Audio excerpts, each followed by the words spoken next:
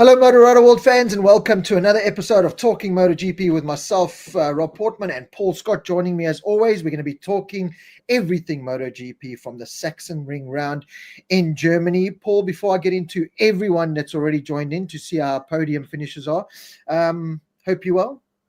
Yeah, Rob, all good, thank you. I hope your side is good. I hope you're surviving the heat wave. We're doing well here in South Africa. The weather's been mild in Joburg, so it's really good.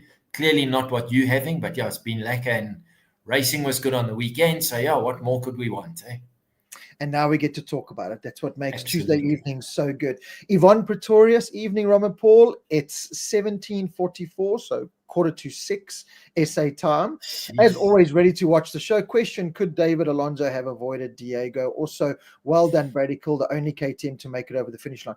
I'll quickly answer that question from my side, and then everyone else can comment on you, Paul. For me, it was Diego Moreira's fault entirely. I think it's a very tricky part of the track, but common sense tells you if you're coming on there in the middle of a heated Moto2 race, there's going to be traffic coming. It's not up to David Alonso to have to swerve out of your way. It's up to you to make sure you rejoin the track in a safe manner, which he didn't. Yeah, and to answer her question, I don't believe David Alonso had any chance of avoiding him. He's gone through a right hand, he's at full bank, he turns left, and there's a bike in his way. You know, he's concentrating on getting through that corner. Probably a 0.5% chance he could have avoided it, but what an idiot move, to be quite honest, Rob. You know, and he's such a Moreira, that is, he's such a talent, and he was doing everything right, and all he had to do was wait, I don't know, not even 2 corners, probably 2 corners to pass Dixon, and he just bit of red mist, I presume. A tough outcome, a learning lesson, I presume. I see he's got am I right in saying he starts from pit lane this coming weekend, which the rule now says the next race that he takes part in. So he wasn't injured, so we presume it'll be this weekend. But yeah, just, you know, he looked behind him as he got going on the grass. But what he should have done was actually follow on the grass. I know he doesn't want to crash and he wants to get on the gas, but you know, he had made the mistake. Exactly. And now it has serious repercussions for Alonso, and it screwed up his race. Look, he lost a lot of places, but anyway, yeah, a real idiot move, and those are learning lessons. And I think every top rider, once in their career, has done something idiotic like that. Luckily, no one got injured or seriously injured, and he lives to race another day. But just a bit of a brain fade moment, maybe a bit of a Morbidelli moment. You know, like you said, it happens to these. We forget that these are teenagers in many ways, and all of these youngsters. I remember Marc Marquez at Phillip Island, where he was hauling and ran into Tom Luthi, or you know, they've all had these little blips. It's like you said, it's more down to learning curves. It's just such a pity that the likes of David Alonso, who's done the same thing himself, made these silly little blips, but it's just a pity that someone has to be on the end of it. So hopefully lesson learned there, no doubt from Moreira. As you said, he had the pace, even the move on Dixon. I looked at it and, you know, Yvonne Pretorius is asking about Dixon's comments afterwards. You know, that's expected from Dixon. Instead of just taking humble pie and saying, you know, I did so well to come back to finish third, I could have won the race and should have. Oh, for God's sake, Jake. Yes, we know you're God's gift to everything, but you know, but anyway, lessons to be learned from anyone there. Khafi Low, evening, everyone. Guess I'm second tonight. So Khafi Low, well done. You are second. Brian Ritchie, you are third on the podium. Michael Belosa, David Callahan, Brett Lawson, Jock Claessens, Warwick Evans. Evening, everyone. Glad I made this evening's discussion going to be an epic one. What's up, Rob and Paul? Warwick, thank you so much for joining us. We look forward to a lot of great talking points. Palachia Kitty, Wayne Taylor. My take on the Moreira incident: the track is partly to blame. If you go off track to the left-hand side, there's basically no way of getting back from the racing line. Wayne, I understand what you're saying, but I agree with Paul in saying that Diego made the mistake. Your penalty, your punishment is now I've got to ride around on the grass all the way around, left, come back on, take an extra 2-3 seconds to look back, lose an extra 4-5. That is the repercussions of your silly move. So I understand it is a tricky part of the track, but Moreira's fault all day long. Mike Teal, good evening, Rob and Paul. Greetings from myself and grandson Liam Townsend. Can't wait to hear your input tonight. What a survival race it was. But our man showed his worth. Jason Harrington, Adam Sweeting, James Thompson. hit that like button. James Thompson's telling everyone, so please do that now. Sebastian Trump, Chris D, Sean van Rooyen, Ashraf Kajar, Marnie Duplessis, Brink Heinemann, Gary Granger, of course, our good mate Gary Granger, Al Camino, Dave McBain, Grant Gibson, Cosmic Surfer, Trevor Dalglish, Michael Maga, Tim Jordan, Robert Ferreira, Jakes Das, Alex Fulyun, Brian Yetling, Robbie Peterson. Hello, boys. Looking Hey, forward. Robbie, how's it? Robbie Peterson, well done to Cam, finishing on the podium this weekend at Laguna Seca. Had real good pace, especially in that second race. I really thought he was going to be able to put on the top spot, but those Strack Yamaha bikes just a little bit too good there, with Matthew Scholz taking third. That was great. A little bit of tension there between PJ Jacobson and Matthew Scholz, for those of you that have seen the post-race interview after race one, where PJ is saying that Matthew's not his favorite person and not a fair rider, and that's like a little bit of that though. But it was great to see Cam Peterson getting what he deserves and back on the podium and starting to gain momentum in that championship, and let's hope that he can move on to bigger and better things. So hello everybody and welcome. We're going to jump straight into it, Paul. Looking quickly on the SA Watch in Moto2 and Moto3. Moto3, unfortunately, Rushay Mudley not able to take part. Got word from his dad, Arushan, that still in the recovery process. Hopefully, we will be back for the Austria race, which will be after the winter break. So, still dealing with pretty big injuries that he picked up in that Mugello crash, unfortunately. But touching upon Rushay Mudley quickly, I don't know, Paul, if you've been able to watch it. It's on YouTube now. It was only on Discovery Plus or that before. This Red Bull Rookies Cup, season kind of documentary from the year 2023, where they highlight the New Zealand rider, Brian McCormack. What's his name?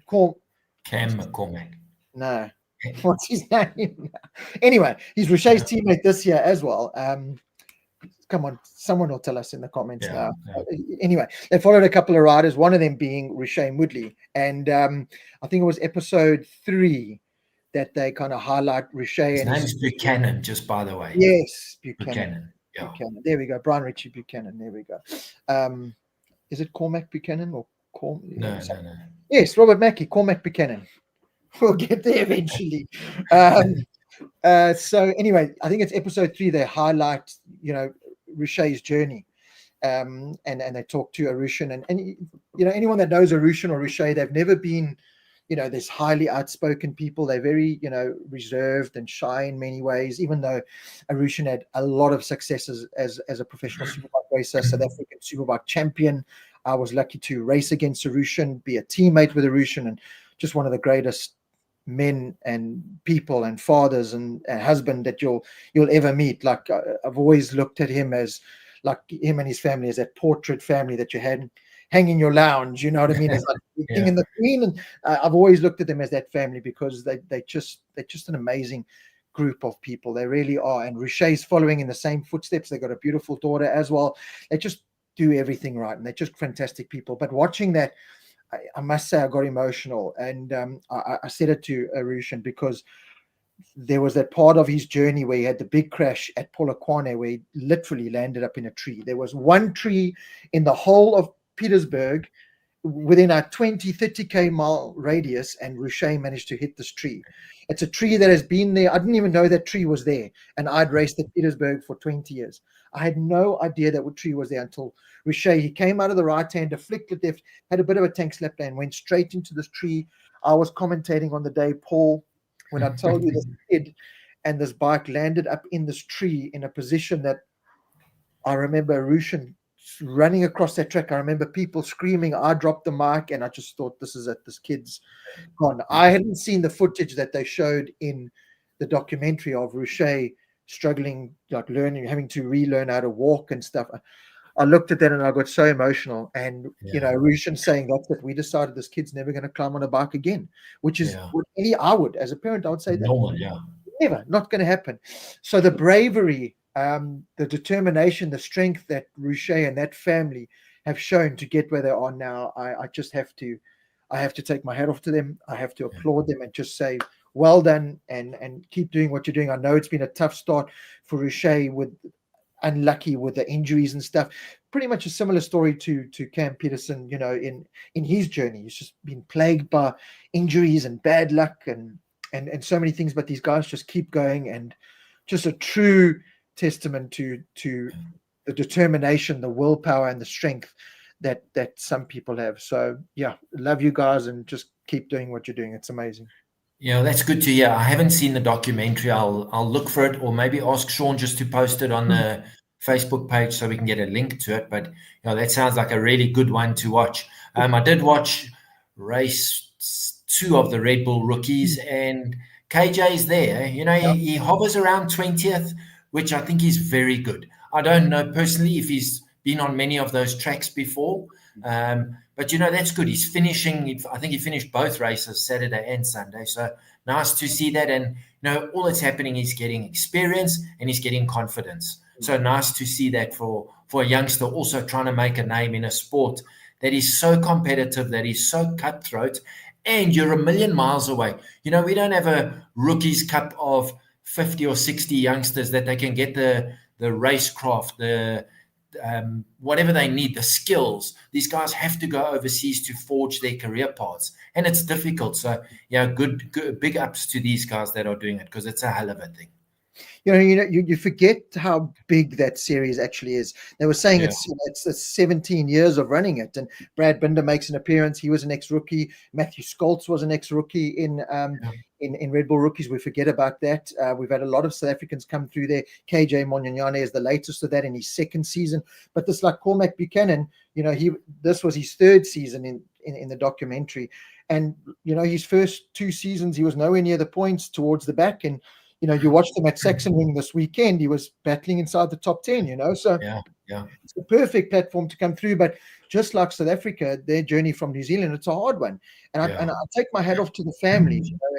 It's the dads and the moms sacrificing time and money. And, these kids don't get to go to, live the normal high school life of chasing girls and going to parties, and that they do online schooling, and that becomes their life. And I know we all sit back and go, oh man, I wish I could be a MotoGP rider. They're so lucky. There's a lot to it. There's a lot of sacrifice, and I know that a lot of us know the Binder journey that they've gone through to be there and everything, and it's just so much. So anyway, that documentary was great to watch. Another thing that I loved about the documentary, just for those, it's on Red Bull Motorsports YouTube channel. Thank you, Byron, for that, and Tim Jordan. It's called Born Races is the series.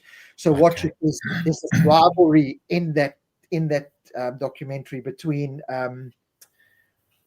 Their names have just gone out of my head now. The 2 young Spanish riders in Moto3 now.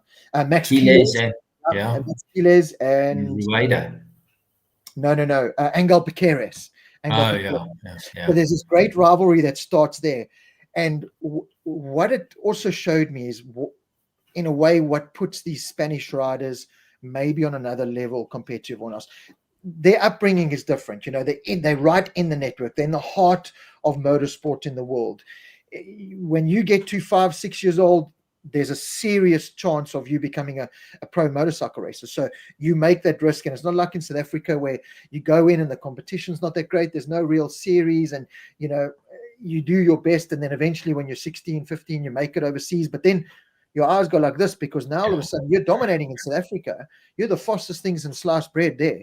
You come over to Spain, you nothing. You're slower than everyone. But these guys are it's ingrained in them from the beginning. But I looked at these youngsters, Max Quiles and Angel Piqueras, and at that age, to have that much confidence, arrogance, you just look at them and you go, Jesus, that is why these kids land up being the next Marc Marquez. And Marc Marquez and his team in that one, they take Max Quiles on board, and he is the next best thing. If you watch him now and see what he's doing, and it's also great to see the progression and how he's grown up in that documentary. It's only 2 years ago. He's like this little kid, and he just looks like this tiny kid, and you look at him now, and he's, his nose has got bigger, and he's just becoming this grown man into this adult. So it is just great watching this, but they have this rivalry that we actually don't see. It's like a Marquez-Rossi rivalry at 15 and 17 years old. It's incredible to watch. So anyway, I don't want to go on about that too much, but it's great to watch it kind of highlights that difference between the mentalities of like our Rouchets and the Cormac Buchanans that are just happy to be there and get the chance. Because these guys are like, no, you have to give this to me. I'm going to be the next big thing. It's like, what are you talking about? You could even see like at the end in the last episode where they deciding who will come back for the next year. And all the other guys are like, oh, Rouchet, and they were like, oh, I hope I get invited again. And this Max Keeles is like, he's not assured of it because he's acted like a bit of a nana and sometimes, being horrible to his mechanics and made mistakes. And so they were talking and he comes into it. They say, okay, we were thinking about it, but we'd like to welcome you back. He's like, cool. He doesn't even shake anyone's hands and then he walks out. Rouchet's like, thank you so much. Grateful, And Peter Clifford still says when Keeles walks out, he's like, he almost looked insulted that we were even considering not having him here. And he was. Like, I'm the next best thing. But that's the difference. Their journey is just so different that their belief is just like, this is what I'm going to do and it's going to happen. Whereas for the Cormacs and those coming from other areas and, a little bit more of a struggle in that, for them it's like, okay, well, we hope so. We've got to make this journey. I'm putting a lot of pressure on my family and my mom and dad. And, I'm having to learn a different culture and a different language and study online. And I hope I can make it, it's just a different world. So I take my hat off to all of them, really. Yeah, absolutely. Yeah, 100%. I just want to get into the Moto 2 results because, of course, we had a certain Darren Binder representing us there. And Paul, we've led up to here. We know Darren Binder hasn't been getting the results lately. We know his confidence is down. Struggled again this weekend. The wet kind of, leveled things a little bit, gave him a bit of a chance in Q1, put up a good fight, better than we've seen in a while in the race. Kind of was battling in that, 17th to 20th. Couple of crashes helped him. Anyway, 40 his way to 15th, got a point. The positive out of it is it's not where Darren Binder needs to be, it's not where he needs to be. We know that. The positive is saw the checkered flag, got a point, and we talk about this momentum. He needs to now, especially before this break, he needs to go to Brno now, carry that momentum and pull something up off there now because these races are coming thick and fast. Time waits for no man. Moto 2 certainly waits for no rider, and he's got to just build on this now. Yeah, Rob, I think it was a good result to finish the race. To get a point is a bonus, albeit that it was the crashes in front of him that helped him, but that doesn't matter. There's no remarks on the score sheet. He got the point. The one thing that I was a little bit worried about is when I saw how well Albert Arenas was going. And he was consistently round about 5th and 6th. Yes, he got taken out. He didn't finish. Very unfortunate, and that was another issue. Ramirez just having a bit of a brain fade moment as well. But anyway, so Arenas not finishing. The problem to me was he was consistently running, and I looked at the lap times after the race, consistently running about 0.4 of a second quicker than Darren. So, and I'm not taking anything away from Darren, possibly still a little bit hamstrung by the injury. But I just, when teams are looking at results and who we're going to sign for next year, those are unfortunately things that do get looked at, but we're not going to hop on it as a negative. It's racing. Build on it, Darren. You finished, you win the points. This week coming is a track that I think he'll enjoy. It's quite a fast track. I think it'll suit him. Let's see, it might suit a lot of other guys too, but I'm confident to say that, like you said, Rob, string the results together, build some momentum. If he has a good result this coming weekend, he's got something to go into the holiday break, and then his focus and his mindset is just that little bit more positive. Not saying for a second it's not, but inside you just know, yes, that was lekker. Now I can't wait. Now I'm going to train a little bit harder for these 3 weeks and do X, Y, and Z, and can't wait to get to the next race. So let's hope that everything goes according to plan. And I think a good result for Darren is going to be top 10 or better. And we know he can do it without a shadow of a doubt. But, we keep saying that. He now needs to show us. So let's see how it goes. He does need to show it. And I agree completely with the comment here from Byron Netling saying Daz and Brad on the same struggle. Confidence is low, but staying on the bike, seeing the checkered flag, momentum is building. Exactly 100%. As you said all along. But Paul, I must say, I managed to get out to Donington Park World Superbikes on Friday just for the day. I got to meet up with Ollie Moto and his partner, Sarah.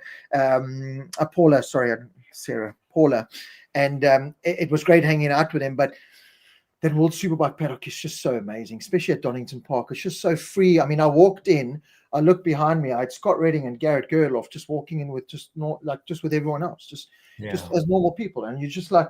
And then next minute there was Johnny Ray, and then you just, and it's just, you don't need a special pass. I've touched upon it many times. Anyway, I was in that paddock and I couldn't help, I was walking down. I said hello to Tom Booth Amos, who I met through Darren. At one stage he was Darren's teammate in Moto 3, and he came to South Africa and spent a bit of time with him, got close to him, said hello to him, and then walked down the paddock, managed to get Chaz Davies. Little story. I took my Chaz Davies X-Lite replica and my Daniela Petrucci replica helmets to get signed for my collection. So the first guy I meet in the paddock is Chaz Davies. Yes, great. Chaz, please, nice signature right in the middle of the visor. When you want a helmet displayed, you want a nice big signature. Sometimes riders do it tiny, and you're like, no. I want a big Valentino Rossi style on the visor so you can see it. Okay, great. Chaz Davies signs it on the corner of the helmet. Yeah.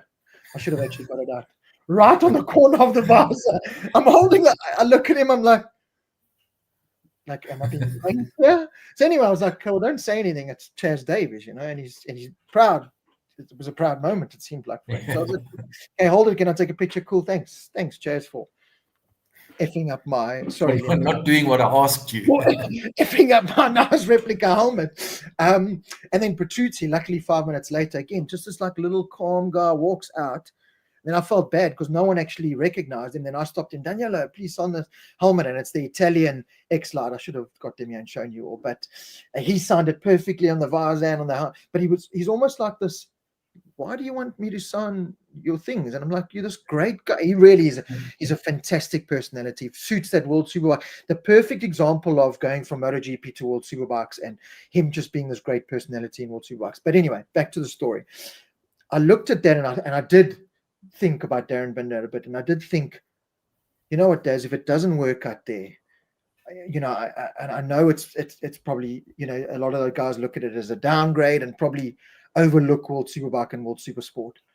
A Darren will thrive in there. A Darren will be able to be a Darren there. You know what I mean? I don't think that you would have to curb any of that Darren, the dive bomb Darren, that energetic, long hair. I think he could go there and be Darren. If I look at Tom Booth Amos, and what he's achieving on that triumph, podiums week in, week out, title contender now, top 3 in the championship.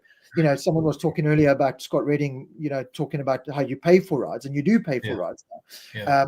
Tom Booth Amos probably went into that championship paying for a ride, but he's probably earning a little bit of money out of it. Not a lot, probably 50, 100,000 pounds or whatever a year, but still a good way to make money, and you can sell sponsorship and whatever.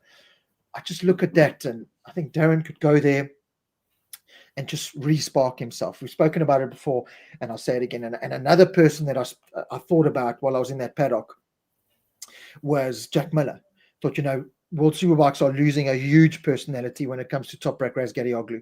Bulliger's great on track, and I love him. I think he's phenomenal what he's doing, but he doesn't have that big personality. He's not the stoppy and the endo and the get a fine and go celebrate and get locked up in jail, and then your cousin Blixums you over in the jail. And Batista was a little bit of a character, but he's lost that. Johnny Ray has lost his character. So World Superbike's going to lose a lot without Toprak. I just looked at that paddock and I thought Jack Miller will be a plug and play in here. Again, less stress on him and the family because it's less travel. He'll go there, he'll compete at the front, he'll own that paddock with his person. He'll become Mr. World Superbikes. That's just the thought process that was going through my mind while I was at World Superbikes. Oli Moto, it was great seeing you and spending time with you and your partner at World Superbikes. It really was. I hope he went straight from World Superbikes to Oasis in Manchester. So this is how lucky you are when you get the UK right, is you get to watch Donington World Superbikes on the Friday in 35 degrees. We were standing at the top of the hill watching the Craner curves. It was just beautiful, but it was just too hot. And then go to Manchester to watch Oasis. Does life get any better? Yeah, exactly. Yeah. Okay. Anyway, that was my comments about the World Superbike paddock and Jack Miller and Darren. Yeah, Rob, I think Jack would fit in there. And as we've discussed, I'm going to say ad nauseum here, as much as Jack has impressed me this year, compared to the last couple of seasons that he's had, I still believe his time is up. Him and Oliveira, whatever they do, I think it's time to move on and let's put some new bums on those factory Yamaha seats. And they've done their time. They're never going to be competitive in terms of trying to win a world championship. To be quite honest, you could put Jack back on the Ducati. He was there. He couldn't win. So I think they've done themselves a good service, as well as MotoGP, specifically Jack. But I do think it's time for him to move on. And as you say, he'll probably fit straight in there and be, as you say, he'll become Mr. World Superbikes as long as he's on a decent ride, which I'm sure he would get. But now there is talk within Pramac that he might be staying. So it's this silly season circle. Just one day it's going this way, the next day it's going the other way. So yeah, time will tell. You know what I think what's happened before we dive into kind of the performances and that from Sachsenring, there's a lot of rumors going around in MotoGP at the moment. I mean, it really is. Pramac have almost come out and pretty much said Oliveira and Jack, it's result dependent now over the next couple of rounds. It's may the best man win, and if you do a good enough job, we'll look at you. I think with the likes of Diego Moreira and that happened this past weekend, some teams look and might think, okay, maybe another season for these guys in Moto2. Is there a reason to rush these guys, especially with 2027 coming? Is there a reason to rush these guys into a season of riding a bike that they're going to ride for a season and then never again?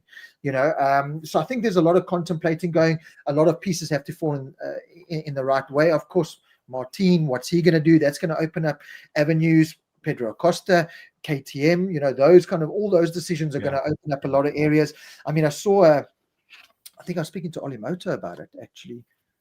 I don't need to know. To someone else I was speaking over the weekend of, I think now Moto News on Facebook also posted it about this rumor. And before they posted it, someone had mentioned it to me and I was like, no, I don't think so. But the Frankie Morbidelli case, whereas, it sounds like Dorna have just had it with this guy. They're quite happy to see him move on elsewhere to make that space available for Pedro Acosta to fit in VR46 or Pecco Bagnaia, another rumor that's literally just come out. Pecco Bagnaia falling into the VR46 Academy team or Rossi's team on a full factory supported Ducati contract and everything, but just in an environment where he's not just overshadowed by Marc Marquez, give DJ Antonio the factory ride, which I think could work. I think DJ Antonio could be that Bastianini type, the perfect second factory rider. You can't have a Marc and a Pecco was never going to work. It was always going to be a loser.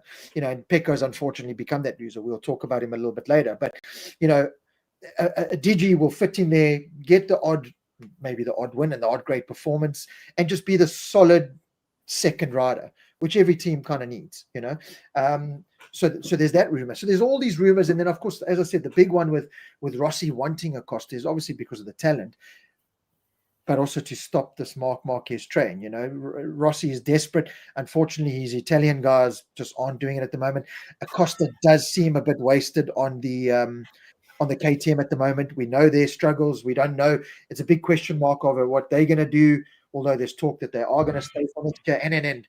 But there's so much going on, rumor-wise, that I think every rider's kind of looking over their shoulders going, what's going on and stuff. So until those pieces fall in, and of course, the Martin testing the bike last time out at Misano, coming back to Brno now, seeing the performances and the results of Bezzecchi, that seems to have flipped now. And Martin may be going, okay, well, let's maybe give this another chance. But at the same time, he's got this huge Honda contract. So there's just so much happening off track. And it'll be nice to see, the top break signing was great. We got clarity there. But I am looking forward to a bit more clarity of the rest of the ride so that we can really go and concentrate on the actual racing.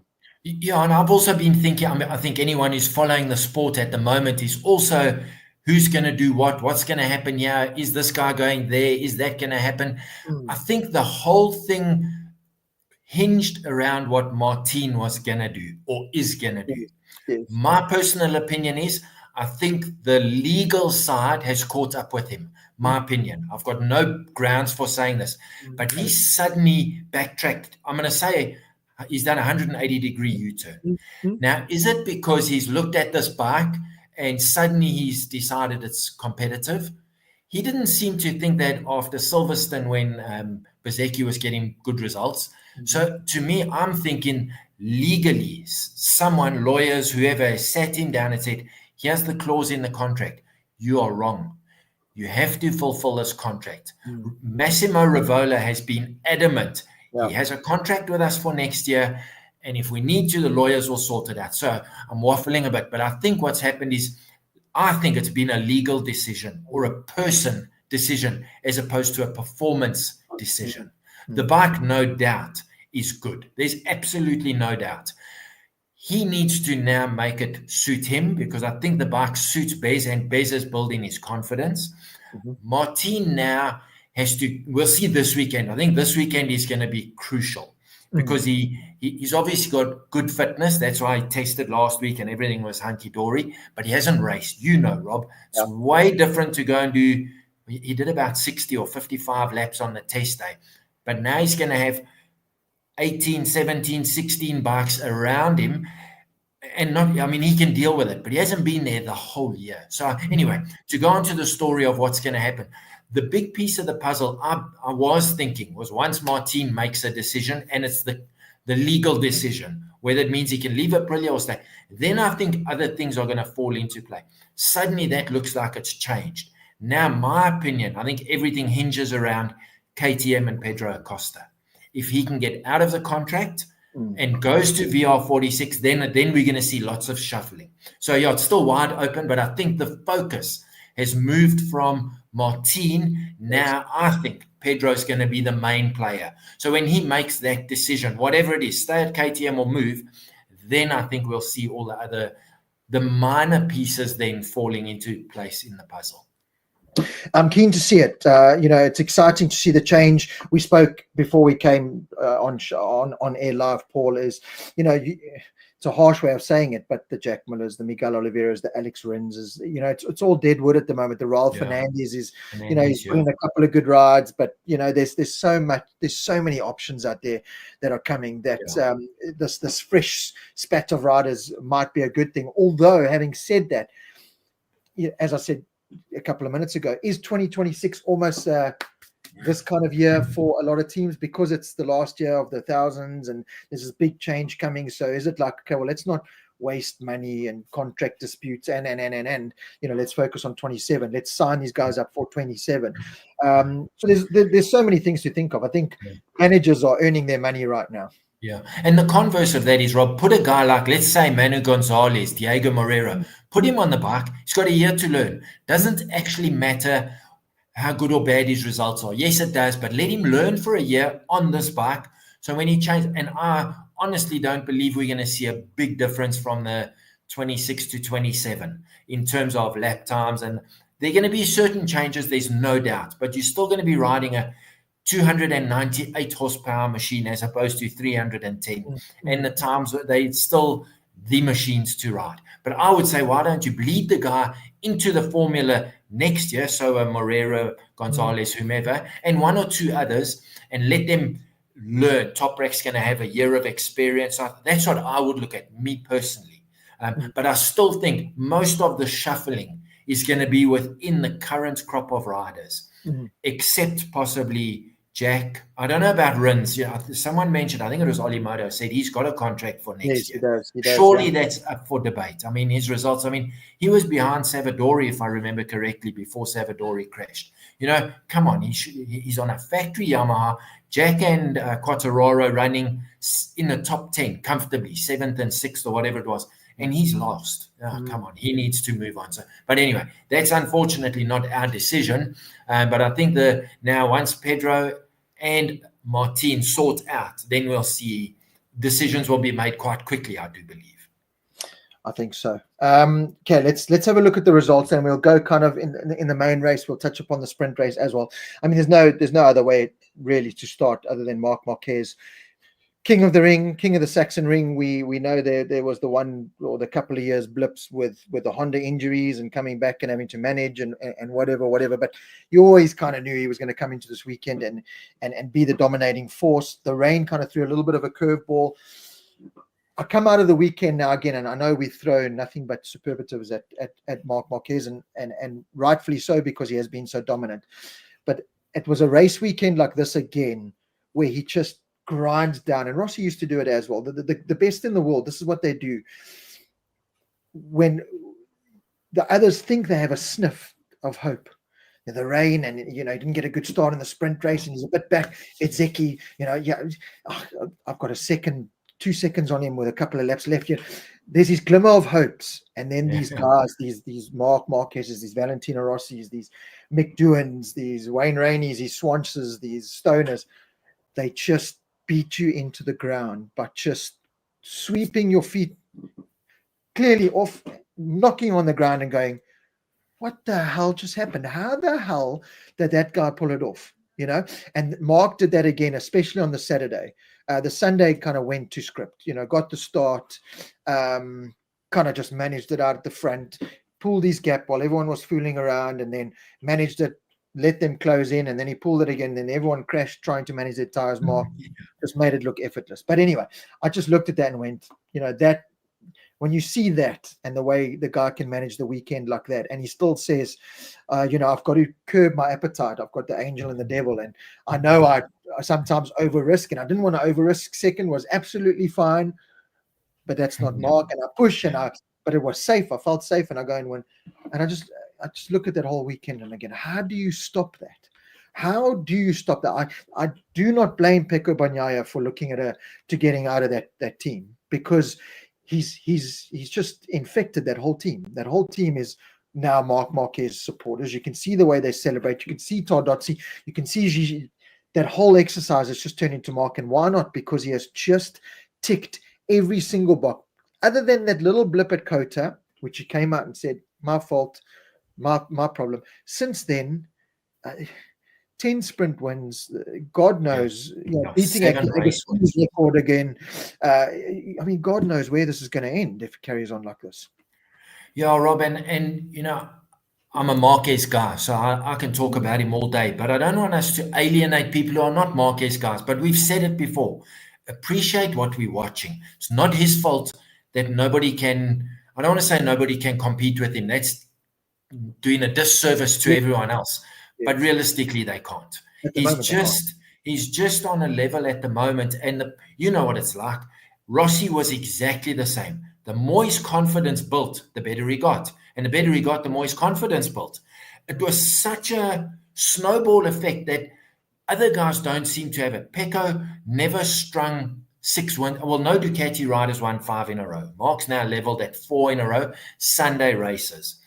This weekend, if he wins, he'll be the only Ducati rider to have ever won 5 in a row. He's already won 7 races this year. His best season ever, I think it was 2019. Am I right in saying he won 12 out of 20? He's already won 7. There's 11 races to go. He's making it uncomfortable for everyone. Pecco must be pooing in his pants every time he walks into the garage on a Friday morning he's not even in the same ballpark. He's getting beaten by a Marquez with a broken hand. No disrespect to Alex Marquez. He should never be doing what he's doing. Yes, he got lucky, guys crashed. But if those guys hadn't crashed, Bagnaia wouldn't have even seen the podium. So it's a very difficult one. The point is that Marc at the moment, and we've said it many times, the only one who's going to beat Marc is Marc Marquez, and he's Marc 2.0. He has Marc 1.0 moments, but David Tardozzi keeps reminding him, and he's realized how to convert to the Marc 2.0, just hold back 0.2 of a second, and that's what you're seeing is a guy who normally looks like he's on the ragged edge. I'm sure he is, but he actually looks like he's in full control all the time. Hi, a couple of questions. Like Brett Lawson's asking here, do you think if Mark carries on like he is, that he will win the title with 4 rounds to go? We saw some dominant years from Rossi on the Honda and the Yamaha, where you wrap the title up with 2-3 rounds to go. Of course, Mark's got the luxury of sprint races these days, and I think it was also now Moto News that posted up a stat of, if you just take Mark's sprint wins, he'll be 6th in the world title. It's half the points.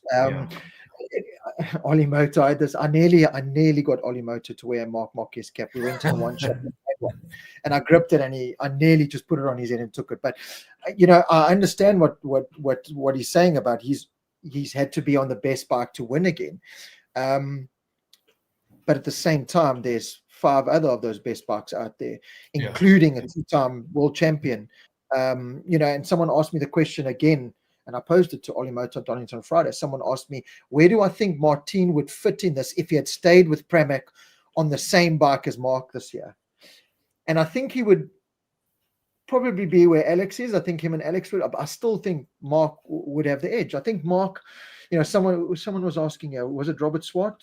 Guys, if or when he wins the title, can we call him the new GOAT? And I think we've got to look at GOATs now in eras. Doohan was the GOAT of his era. Rossi was the GOAT of his era. Rainey was the GOAT of his era. And Swans became, they all have these eras because that's the only way you can file cabinet for me. It's the same with Messi and Ronaldo. It's the same with Michael Jordan and Kobe Bryant. You put the title on at GOAT on it, but what you can't overlook is the fact that he's an 8-time world champion, soon to be a 9-time world champion. Yes, he was on a full factory Honda, and he was so blessed. His whole career, he had the best of the best, and he didn't have to struggle like other people. Maybe that's true, but you still got to ride the thing. You still got to mentally and physically prepare. You've still got to, snap your arm off in half and come back from all that trauma. So, I don't buy into it that he's lucky and whatever. He's the best rider on the best bike. Yes, there's no two ways about it. And yes, he did need to make that move to Ducati, and that's why he made it and sacrificed the money and the Honda legacy and everything to do it. But he made that decision. Is it his fault? No, it's not his fault. And it's up to the likes of Pecco and everyone else to catch up to him. I just look at the race like that and go, even if you threw in a Martin on a Ducati, I think he would have answers for it. I think he's riding around there 90%, 85%. I think he's got answers for any question. At the moment, he's not having massive questions thrown at him. He's having an injured Alex Marquez finishing second. We'll talk about him just now, but he's looking at this going, okay, well, Bezzecchi is going to be a good, hard threat. And I can see he's, closing, and then he falls, so the other guys in many ways are, I don't want to say handing it to him on a plate, but almost handing it to him on a plate. Pecco Bagnaia is not doing himself any favors.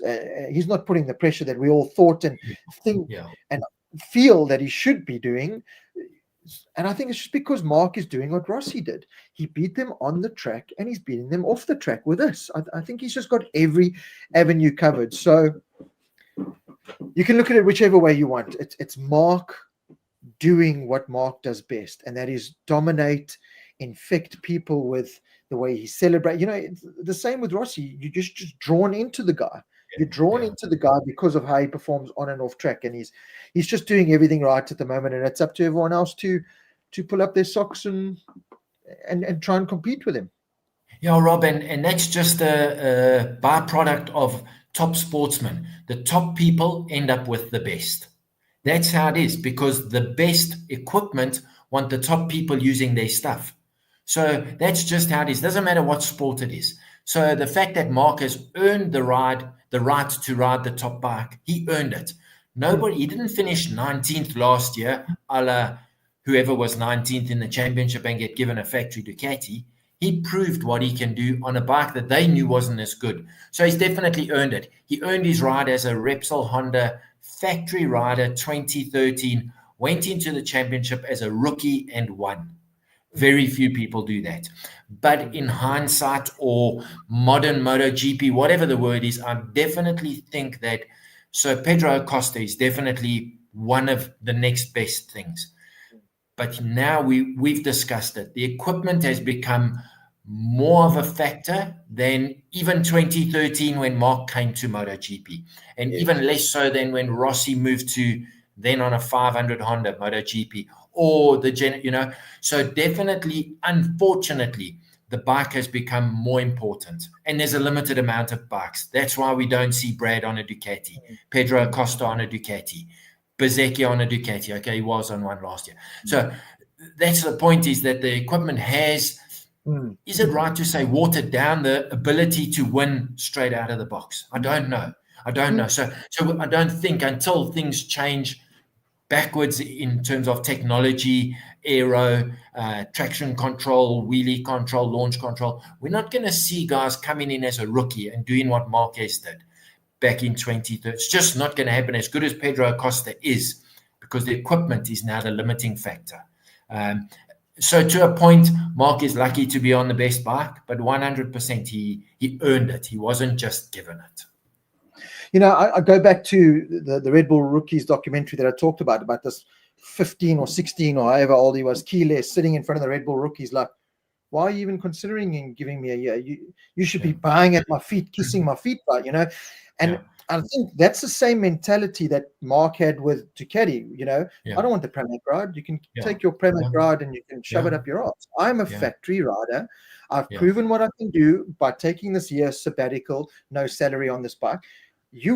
I am worthy of a factory ride, and you will give me a factory ride. You know, it's that arrogance, it's that confidence, it's that you need to be at that level. We've spoken about it before. All these any top athlete has an arrogance to them. You know, nice guys finished last. There's a reason for that saying. They might be nice in front of you. Rossi did it perfectly for so many years, you know, played the pretty boy, but you know, you heard it from the Setes, the Maxes, there were those little behind the scenes, but you have to have that arrogance of I am the best in the world and you are lucky to have me.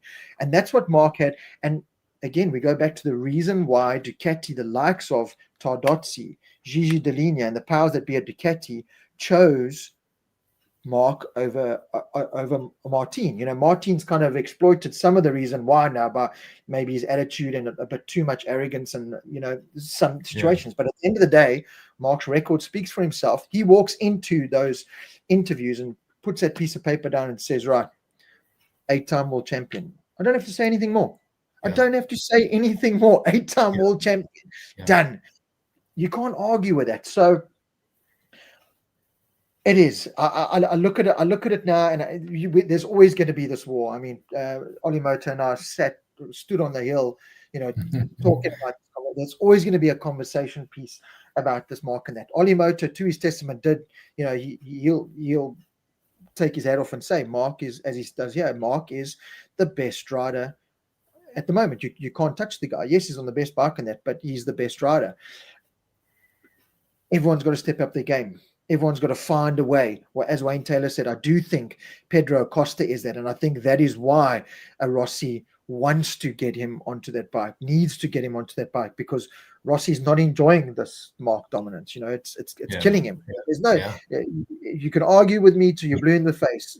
Rossi wants to sign Pedro Acosta to stop the Marc Marquez dominance. He doesn't have an Italian rider that can do it, hence why he's going Spanish. Why else would Rossi go for a Spanish rider? It's just like cast in stone. So anyway, and that's an exciting prospect, by the way. That's a very, very exciting prospect. I like the sound of it. So and I hope it happens, because maybe we will see a bit of this. Because at the moment we're going, oh yeah, you know, it's just Mark on the best bike, and I want these challenges to come. Mark wants these challenges to come, and I still think that Mark will come out on top. So let's wait and see how that all plays. But for now, Mark doing just everything. I watched that weekend and this weekend again, and I just went, this guy's. He's just so in control. He's got it. And it's great that he's smiling again.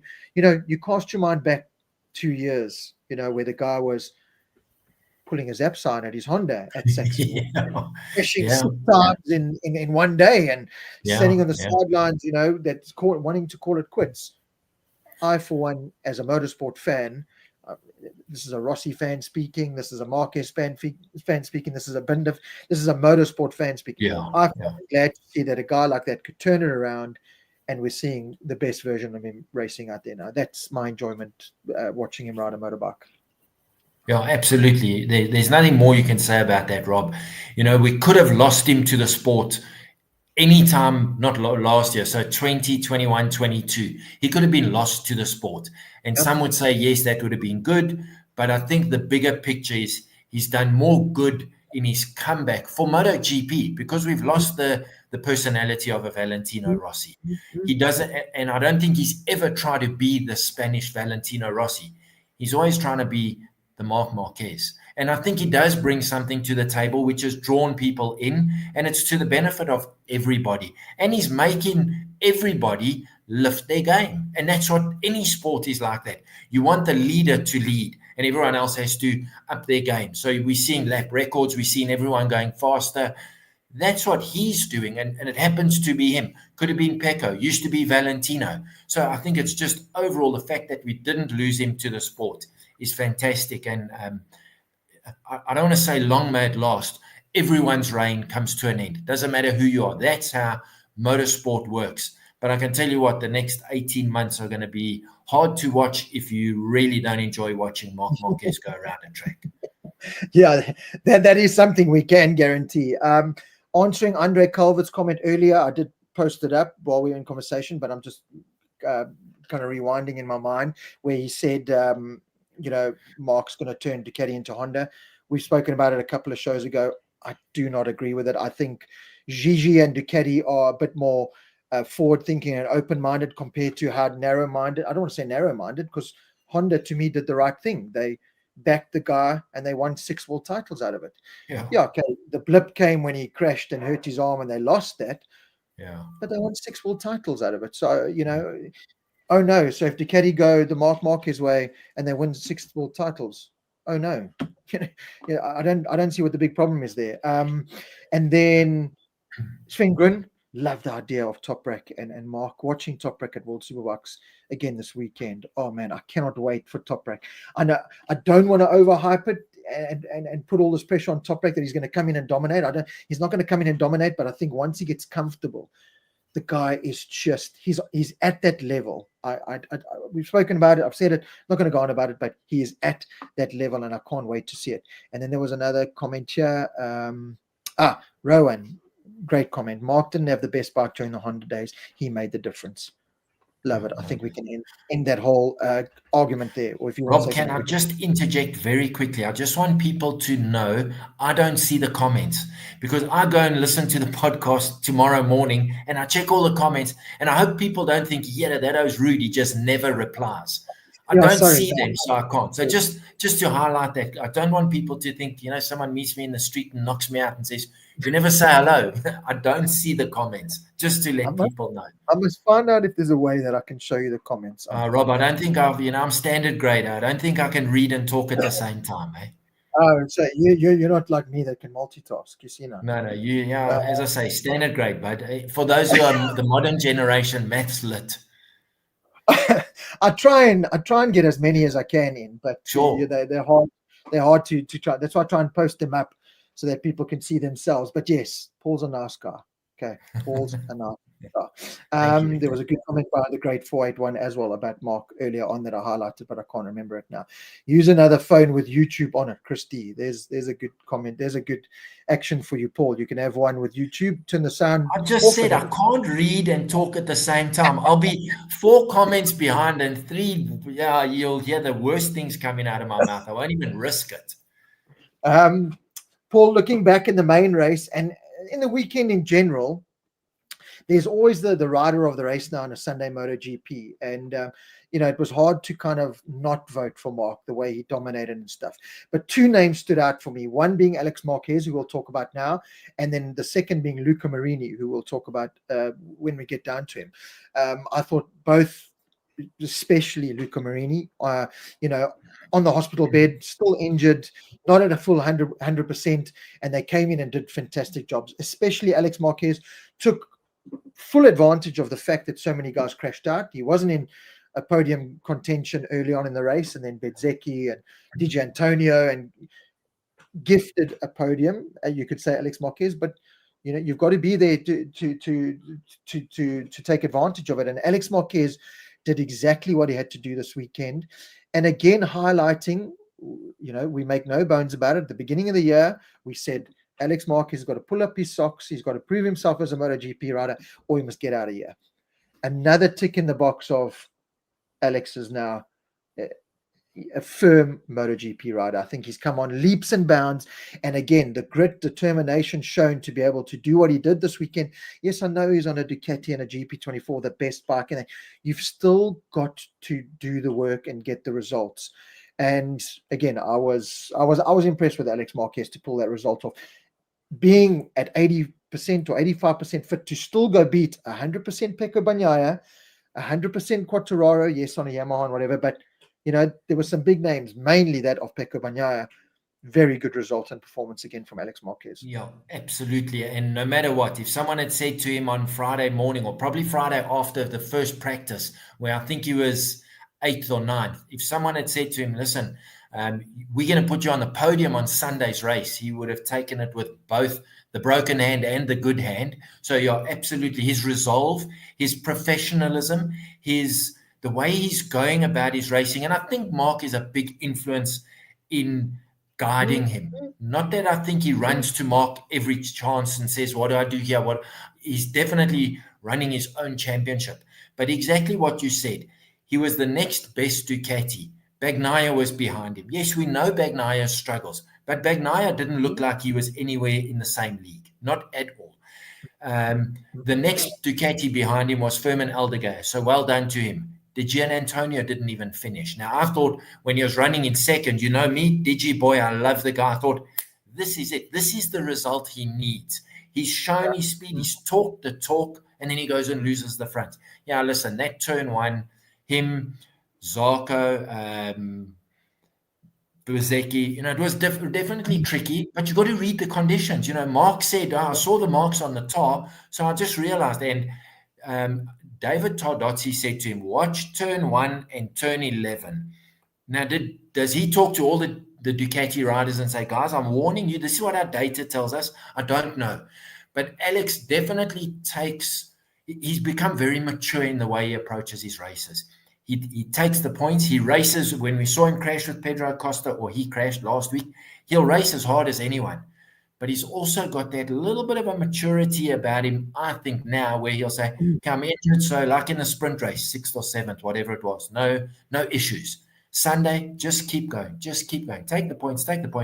Great start, good race, finishes on the podium. So, yeah, certainly earned his place without a shadow of a doubt to be in that team and to continue for however long it now happens, because you and I were very critical last year and the seasons before that. But he's, if anyone stepped their game up, it was expected of Mark. It was never expected of Alex. No matter what anyone says, the only person who believed he could be there was Alex. And honestly, if you asked him, and he is an honest guy, I think he'd say, listen, I was always hoping Mark first, Pecco second, me third.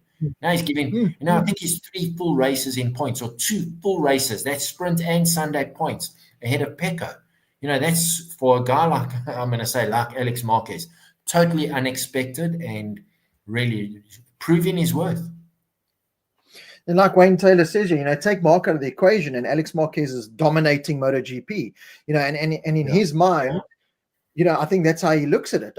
I'm not gonna. He doesn't think about Mark. We know that. He's kind of come out and said, Mark is Mark. No one can touch Mark. Yeah. So to Alex Marquez, he is winning MotoGP. And I think that's what's driving him on. And it is. You have to take your head off to him and Cressini, who are once again overperforming, overachieving, and it's just a fantastic package team. It's just a fantastic environment. That whole team. If you look what Fermin Aldeguer is doing in his rookie year, it's you look what they've done with every single rider that they've had within their camp. It just works, and it's brilliant to see. Yeah. Pecco Bagnaia, Paul. I looked at him this weekend, and I'm a huge Pecco Bagnaia fan. Sing his praises as often as he can, even in the tough season that he's had now. We're 11 rounds in. There's still no answers. I looked at Pecco this weekend, and I saw a broken rider. I saw a rider that's broken. Mark has broken Pecco. He's got no answers. He looked lost in that rain. I was struggling to watch Pecco in those wet conditions, because he just didn't look like his mind is just everywhere else other than on himself, believing in himself, and just getting the job done. Picked up the podium on Sunday, which is great. Again, he did the work. He stayed on the bike, but other than that, had no challenge for even an 85% fit Alex Marquez, let alone his 100% fit teammate who was toying with everyone. Didn't have an answer for Bezzecchi. Didn't have an answer for DJ Antonio until he crashed. Yeah. Didn't have an answer for Quartararo. I just looked at it and I went, that's why I'm not surprised you hear the rumors now of, right, let's get him out of that factory team for the sake of his career. I think this is knowing the Rossi and knowing that Pecco is, the Italian hope, he's the big Italian guy, he's the 2-time MotoGP world champion, he's a 3-time overall world champion, but we need to save this guy before it's too late. Get him out of that environment, get him into this VR46 environment, let's rebuild him. VR46 have got the factory support, so he's going to be on the same everything other than the colors, but let's rebuild this guy from the ground up. And because we know if we do, and he can challenge Marc Marquez. He can, and he should be. I have no doubt that Pecco can. Not in that environment. This weekend, I saw a broken rider that needs to actually just get out and find his own way again. Yeah, my concern with that would be, I don't know how you would deal with it. Would he consider, so let's just say Ducati, say we're moving you to VR46. First of all, I believe it would be a Ducati move as opposed to a Bagnaia move, because his mind is going to say, I'm the factory rider, I want to stay here. So let's just say, hypothetically, they move him. What does that do for his psyche? No, and now sure. saying, that would be my concern. And we know their talent is unquestionable. It's the mental issues now that you need to deal with more. So yes, he's got issues with the bike that he can't overcome. There's no doubt about that. But that, to me, I think your thinking is very clever. But now they move him. What happens to his head? Because he's in a bad headspace in terms of, how do I move forward? How do I get to Alex? How do I get to Mark? He doesn't know. So that would be a little bit of a concern for me. The other thing to think about, would they leave him in the factory team for next year, and then he looks to move manufacturer? Aprilia being prize number one for him because he's Italian. And then he gets out of the exact situation you've described now, where he was last year, he as the leader, and the 2 years previous, he could step up when he needed to. This year, he's got to his limit and he doesn't know where to go. He's being outgunned left, right, and center by Mark and by Alex. So I think he's in a very, very difficult predicament because he's not settling. So now, and we discussed it 2, 3, 4 shows ago, he's now looking for answers maybe in the wrong places. And I think it's just, I agree with you. I mean, in the sprint race, what was he? Just under 1 second a lap slower than Mark. That's a big difference at that level. Different story when it's Savadori, but not when it's the Ducati's number one rider from last year. So, and I think whatever happens, they got to be very gentle, because I think at the moment he's fragile. Yeah. And they need to just, carry him like that crystal vase. And because if they drop him, he's going to shatter. And then it's going to be a big problem. That's my opinion of him now. Because, the first 3 races, we kept saying, Pecco's going to come right. He hasn't. And as we said, I think it was last week, we both agreed, he must focus on Alex now, not on Mark. He's not even doing that, Rob. So, yeah, I think he needs to just, Ducati need to, I'm not saying they must mollycoddle him, but I think they need to just, maybe they have, we got no idea, but they need to just, be very gentle with him, because I think he's at that point now where if he cracks, it's going to just shatter. That's how I see him at the moment. Yeah, you make a very good point, and Tim Jordan also says, that if VR46 do go get a Costa, and then you move Pecco in there, and then Pecco's got to deal with an Acosta now, that's kind of jumping from the frying pan into the fire, as Tim says here. I agree with you that mentally it's, you're being downgraded. You're still a factory blue-eyed boy, but we're just putting you in the B team. Just not quite. Yeah, but you're not quite the factory boy. It is, like you said, it's a tough one to kind of juggle, because it is a juggling act, exactly like I said with a crystal vase. If you drop that thing, it's broken forever. Pecco's proven that he needs to be the number one man in a team. He cannot handle the pressure of maybe being the number 2, maybe being the number 1. He's got to be number 1. If he goes to Aprilia in place of a Martin next to Bezzecchi, you would imagine he would be number 1. If there's a talk of the Monster Energy Yamaha, if he goes next to Quartararo, would he be the number 1? No, but again, Quartararo has reached his limit with him. He could be out and on a Ducati or something else very soon. So is it a case of, Pecco, you've just got to find your way. We keep you for 2026 in this team, give you the year, and then 2027, you must then decide what you want to do, if you need to change manufacturers or what you need to do. But Ducati have dropped him already. It's cutthroat in that environment, Andre. And I agree with Andre. Ducati have proven that they are not scared to make these kind of decisions. Jorge Lorenzo, as he was getting to the peak of his powers on the Ducati, cheers, goodbye, Petrucci or whoever they took, and they're not afraid to make these radical decisions. Marc, they really aren't afraid. It's a tricky one, because I do think it is a bit more sensitive when it comes to Pecco, because he is the blue-eyed boy. He is a two-time world champion for them, won the title for them in 17 years or whatever it was a couple of years ago. So he does have he does come with a lot of, kind of presence and stature to him that Ducati can't just do these kind of things.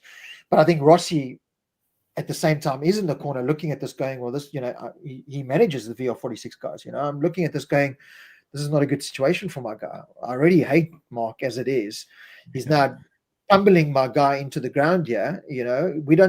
Pecco is an ambassador in the way he's able to stand proud and be proud in these tough moments. I take my hat off to him in that.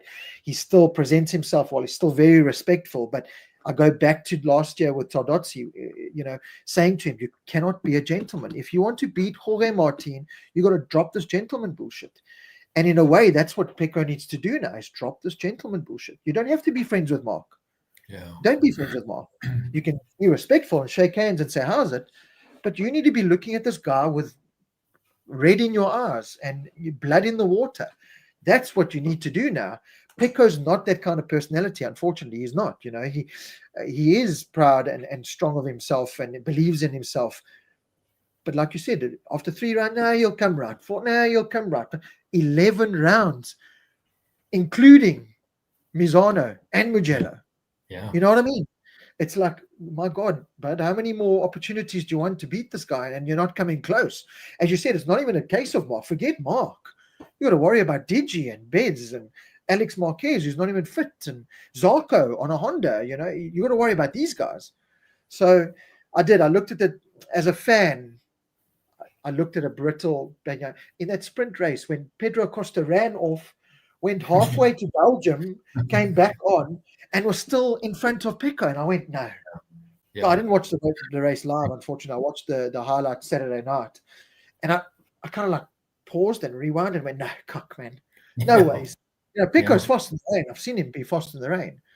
There's no ways that Pedro's just run off. And he did. Yeah. So anyway, the Pecco, something needs to happen, whether it's Pecco somehow finds the mental strength or the change in the bike or something. I can also, reading from the outside and in between the lines, Ducati have got to a point going, listen, we've changed everything. We've gone up, down, left, right, and center. We're not doing a KTM. We are not KTM where we do this. No, it doesn't happen here, but we work within these parameters because we believe in ourselves. This is your circle. We've gone out the circle now for you. It's now up to you. I can't blame them in many ways for it because their bike's winning. DG's performance. DG after that Mazzano test has found something. As you said, I'm a fan of DG. It's a pity he crashed, but the guy was fastest on Friday. Yeah. He was fastest in every session, and he's really taken the step. Pecco has not taken the step, so it's going to be a big. We'll get to Brad just now, but Pecco almost needs this break to come now. Now he needs a reset, whether he goes away and he eats pasta with his mom and dad and he needs something. He needs a reset and he needs to come back and almost have, we've seen it in years gone by. Some riders need 2 championships in 1 year. Right. Yeah. First half didn't go my way. It's time to reset now. Second half is where my championship starts. And I think that's where Pecco is. Yeah, exactly as we said at the start of the show with Darren. He needs to have a good weekend now, this weekend in Brno, so that he can go away with his mind in the right space. If he has another poor weekend, and I regard Sachsenring as a very poor weekend for him, even though he was on the podium, he was gifted a podium. If he has another weekend like that, where Digi's putting him away, Bezecchi's putting him away, it's almost expected that Alex is going to beat him and Mark. So he's actually the 5th best, if he goes on holiday with that mindset, the fragile Pecco Bagnaia, versus if he has a good run and he finishes second and third, or he's competitive or even wins, different mindset. So as much as we know that he's not comfortable with the front of the Ducati, I think it's got into his head more than anything else. So this weekend, I think for him, it's going to make his season, because if he has a bad weekend, he's got 3 weeks to harp on that. And no matter who you are, when that is your livelihood and you're top of the pop and it's not going well, 3-week holiday can seem like an eternity, because it's very difficult to switch off when you're trying to fix a problem that's in your head and you can do nothing about it. So it's going to be very interesting and difficult for him at the same time. It's hard to see it. Like I said, as a fan and knowing the true champion that Pecco is, it's a hard watch at the moment. But a lot of people in the comments, like Jason said, Andre said, a couple of people have said, it's got to the point now where you can see it's, the bike and the feeling is almost a scapegoat.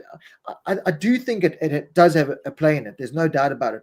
Pecco, I remember 2 years ago, was it 2 years ago or last year at the beginning of the year, where he went to Qatar and they were still developing the bike. And in his press conference, he said, I'm not a test rider. Don't give me this test ride bullcock. I want to ride the finished product, and he made that point clear, and he's kind of proving it this year that he's not that guy to do this kind of thing. He wants to get into race weekends, and he's always been that planned guy on a race weekend. Take my time on Friday, find things, and then Saturday I can strike. His whole game plan's been thrown out the window this year because of everything that's going on, whether he's overthinking looking at Marc's data, and it must be so. I had to deal with it at a much lesser level, but I had to deal with it as having a Sheridan as a teammate. The guy's qualifying on pole and winning races, and I'm a second off the pace, and I'm coming into Ricky and saying, this bike's cock.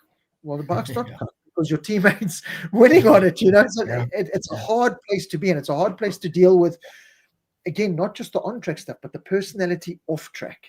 Shez was always a small guy, but this massive personality. And when you're standing there and people are asking for his autograph and him, and you're just the kind of like, hold my helmet. Well, you know what I mean? Hold my dirty undies while I quickly sign. You've got to take that, and it's how you deal with it. So I think it's all of that Pecco's dealing with. He was the man for 2 seasons. He was the champion, number 1 plate, Mr. MotoGP for 2 seasons. And if you look back at it now, that happened while Marc was doing this. You didn't have to deal with a Marc. You didn't have to deal with this Marc. He had to deal with a Martin. And last year, someone mentioned it earlier. I think it was the comment from the great 481 said, Martin actually only won. You actually run down last year's championship. Martin won 4 races. Pecco won 11. You said it. You said Pecco threw away last year's title. So he's having to deal with that as well. So there's a lot. I just hope there's a silver lining and a light at the end of the tunnel for Pecco. Whether I'm hoping it's Bruno. I think Bruno might be a struggle. I hope the reset comes, and I hope from Austria onwards he can really kickstart his season. I'm not enjoying seeing Pecco. Like I watched this weekend and I cringed. It wasn't a nice feeling. So let's hope that he can find something. Yeah, it's going to be difficult, but it's he's going to have to do it. How, I don't know, but let's see what happens this weekend. Even his wife is avoiding the races now. Mustafa Jones. Oh, you got to love it. And was it Ollie Motor that I was talking to on Friday? Again, you can't go against facts. The guy was good. He got married, Rossi didn't get married until he was after his MotoGP. And I know this is going to throw a huge can of worms up. I don't fully believe it. But you can't argue with facts. Jack Miller got married, kids. Miguel Oliveira married and kids. The facts are there. Marc's not married. He's got, and this is how arrogant Marc is. He even dates a girl that like literally looks. It's like the female version of him. I don't know if anyone else has picked up on it. I must actually post a picture one day. Tell me that whatever her name is not like a female version of Marc. They're like replicas. I see them walk on the track next to each other, and I go, My God, the guy loves himself so much. He dates himself in a female version. Anyway, we were getting off track here now. Yeah, absolutely. Fabio Quartararo was fourth, Paul. Big words coming out of it. I watched an interview on the MotoGP YouTube channel about Fabio now saying, enough's enough. My patience is gone. It's time now that I get a winning package. The last question they asked him was, on a scale of 0 to 10, where do you think your chances of winning the championship are? And he's like, you don't want me to answer that. Yeah. Trust me, you don't want me to answer that. And, I understood in a way what Fabio was saying is like, listen, I've given myself here. I know you've paid me a lot of money. I understand that. But, that whole glitz and glamour of the money is now gone. Mark has kind of proven to me and to a lot of people that if you want results, they need to happen now. MotoGP waits for no man. So he's losing his patience a little bit, understandably. It's just this inconsistency with Fabio. And I watched that documentary, and they show these slides of where I do think, and I think we spoke about it last show, that Fabio still has to kind of conquer his mentality. He has in many ways, but in many ways he's still a kid there that lets the emotion kind of get over him. I understand the disappointment of Silverstone. It was heartbreaking. Yeah. Do you drop to your knees and bawl out in tears? Would a Stoner, a Rossi, a Mark, would those kind of personalities do that? I think not. So he's a worthy champion, Fabio Quartararo, don't get me wrong. But certainly where MotoGP is today, as Pecco has proven, you've got to be headstrong, more headstrong than you've ever had to be in your life. And I think that's where he still gets let down. He's unable to, if something goes wrong or something's not quite right, he's not able to kind of grab the bull by the horn and just, take it across and make things work. He did it this weekend. Fourth was a great result, but he was 18.7 seconds behind. Bezzecchi doesn't crash. DG doesn't crash, and other things. He's 6, he's 7, it's not Fabio Quartararo territory. Made the best of the weekend, but something's got to consistently change there, because it's still, I'm going into every weekend, as I'm sure Fabio is, like, what's going to happen this weekend? What Fabio are we going to see this weekend? Put 4 pole positions or whatever together in a row. Oh, great. Yeah. Picked up a podium in the sprint race. Brilliant. Well done. Fantastic. But something's just not there. That I don't go into a race weekend going, watch out for Fabio. You know what I mean? I don't have that kind of feeling. Yeah. Yeah, and I don't know if it's the bike obviously the bike is a limiting factor. Has the bike improved? It's definitely made steps forward. I don't know how big those steps are. He's definitely got the 1 lap pace. He's shown that, as you say, 4 pole positions. He's a shoe-in to go through to Q2 straight away. So what needs to change for him? I did read somewhere that he said he's riding that bike at 110% every corner of every lap. Now, is everybody else not doing that?